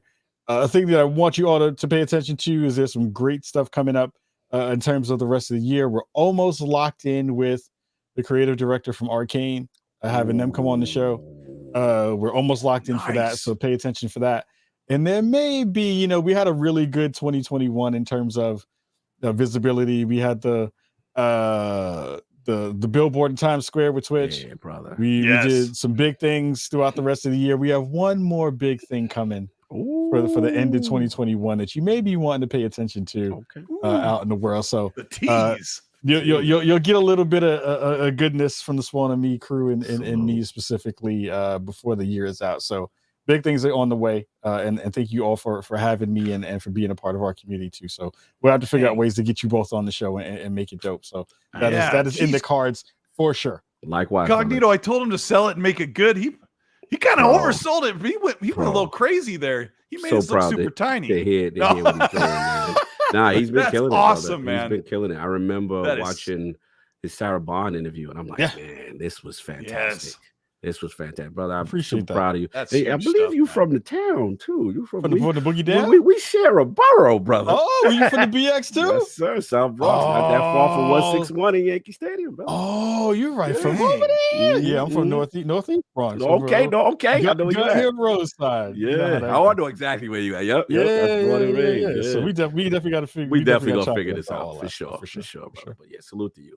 That is so cool. I'm gonna go to Cognito in a second. I got a couple super chats that filed in at the end here. Lord Starkiller, a member for 13 months on the channel, says excellent show tonight, excellent guest Kalief Adams. Lord Cognito, thumbs up, and he also sends a $10 thank you so much. He says love the cloud gaming feature on my Series X, and I've yet to try it. Don Ataku with the $5 thank you. He says I like to see some of the Spawncast members on your show, like John, Spawnwave, RGT, Nate the Hate, and Player Essence.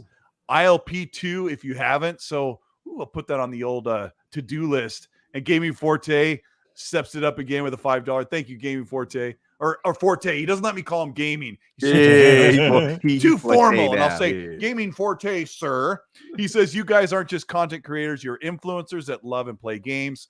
People think it's easy to do both, but I salute anyone that does. And he's got the high fives up. And we got Keith Garlington in the chat, who from Keith of the Movies. He does great reviews. He writes on his site. He's also Hitman on Xbox Live. We got to play with him. We did some Forza Horizon 5. He's awesome. Met him at E3. He says, I met Colt and Cog at E3. Another reason we need in-person E3. Yes. Such a great time. Yeah, it's coming back. Ramon G, thank you for the $5 super chat. He says, guys, you are amazing folks. Have a happy Thanksgiving and game on. Yes, let's do have a happy Thanksgiving. I'm hungry right now. No doubt. I can't make it. For sure. Mm-hmm. For sure. Donna talking with the $5 says, I put my crests up, Cog, but I can't on this channel. You're doing it in spirit, brother. I see it. I see it visually. There's just 2 more left. Target Chani, thank you for the $2. Says happy Thanksgiving to everyone.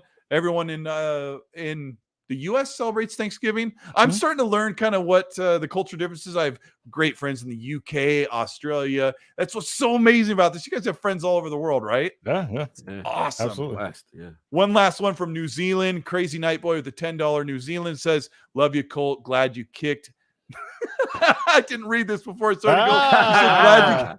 He said, glad you kicked Nick the Pony. There was a guy that was kind of harassing the chat. You guys are good sports in the chat. He's so amazing. You kind of giving each other, you got hitting each other in the ribs a little bit. But, as I always say, be nice. Be nice. But thank you so much, Cog. It's Yo. time for you. Tell them what you have in store. Give us a little tease of what's coming on with the 2 main shows that you're working on, and let's hear it. Before I do that, first of all, Kai, it's a pleasure to podcast with you. Like I said, been watching you when Colt threw the bat signal up. I missed out last time, but I was like, Colt, it is my birthday, so I'm allowed to miss your show this last week. But it worked out because I got a chance to podcast with you, and I love stuff like the interacting with people in the community. You've been putting it down for a minute. Super proud. I'm definitely will be reaching out to you. We will get this done. I got to get you in the realm, Colt. We're getting you back in the realm. And it's always fun just to talk gaming, and I love this kind of stuff when I do have time. For me, at Lord Cognito on Twitter, you already know Iron Lord Podcast. Every Sunday is the Lord's Day. Currently 11 a.m. We try to avoid we bend the knee to the NFL, Kai's NFL, because we don't want to go head-to-head. And Paris don't like when we go head-to-head because he won't come on. Yeah, he'd be frightened. He's like, I watch my Bucks. I like nobody care about your Bucks. Anyway. Shots fired. Shots fired. I saw that. But yeah, man. And then obviously check us out there. And then I'll be remiss if I didn't shout out my co-host, Mr. Matty Plays, Defining Duke. It's been really cool. I saw Grub in there in the chat. He's been on before. We got to work on getting you guys on as well. And it's just been really cool to talk Xbox with the community and stuff like that. Everybody's showing love. And yeah, Lords of Gaming.net, man, if you can, just get a chance. We got that article up on the campaign preview that you brothers have both been covering yourself. And just very blessed with the opportunities, man. So again, salute to the chat. Had a great time, Colt. Thanks again for the invite.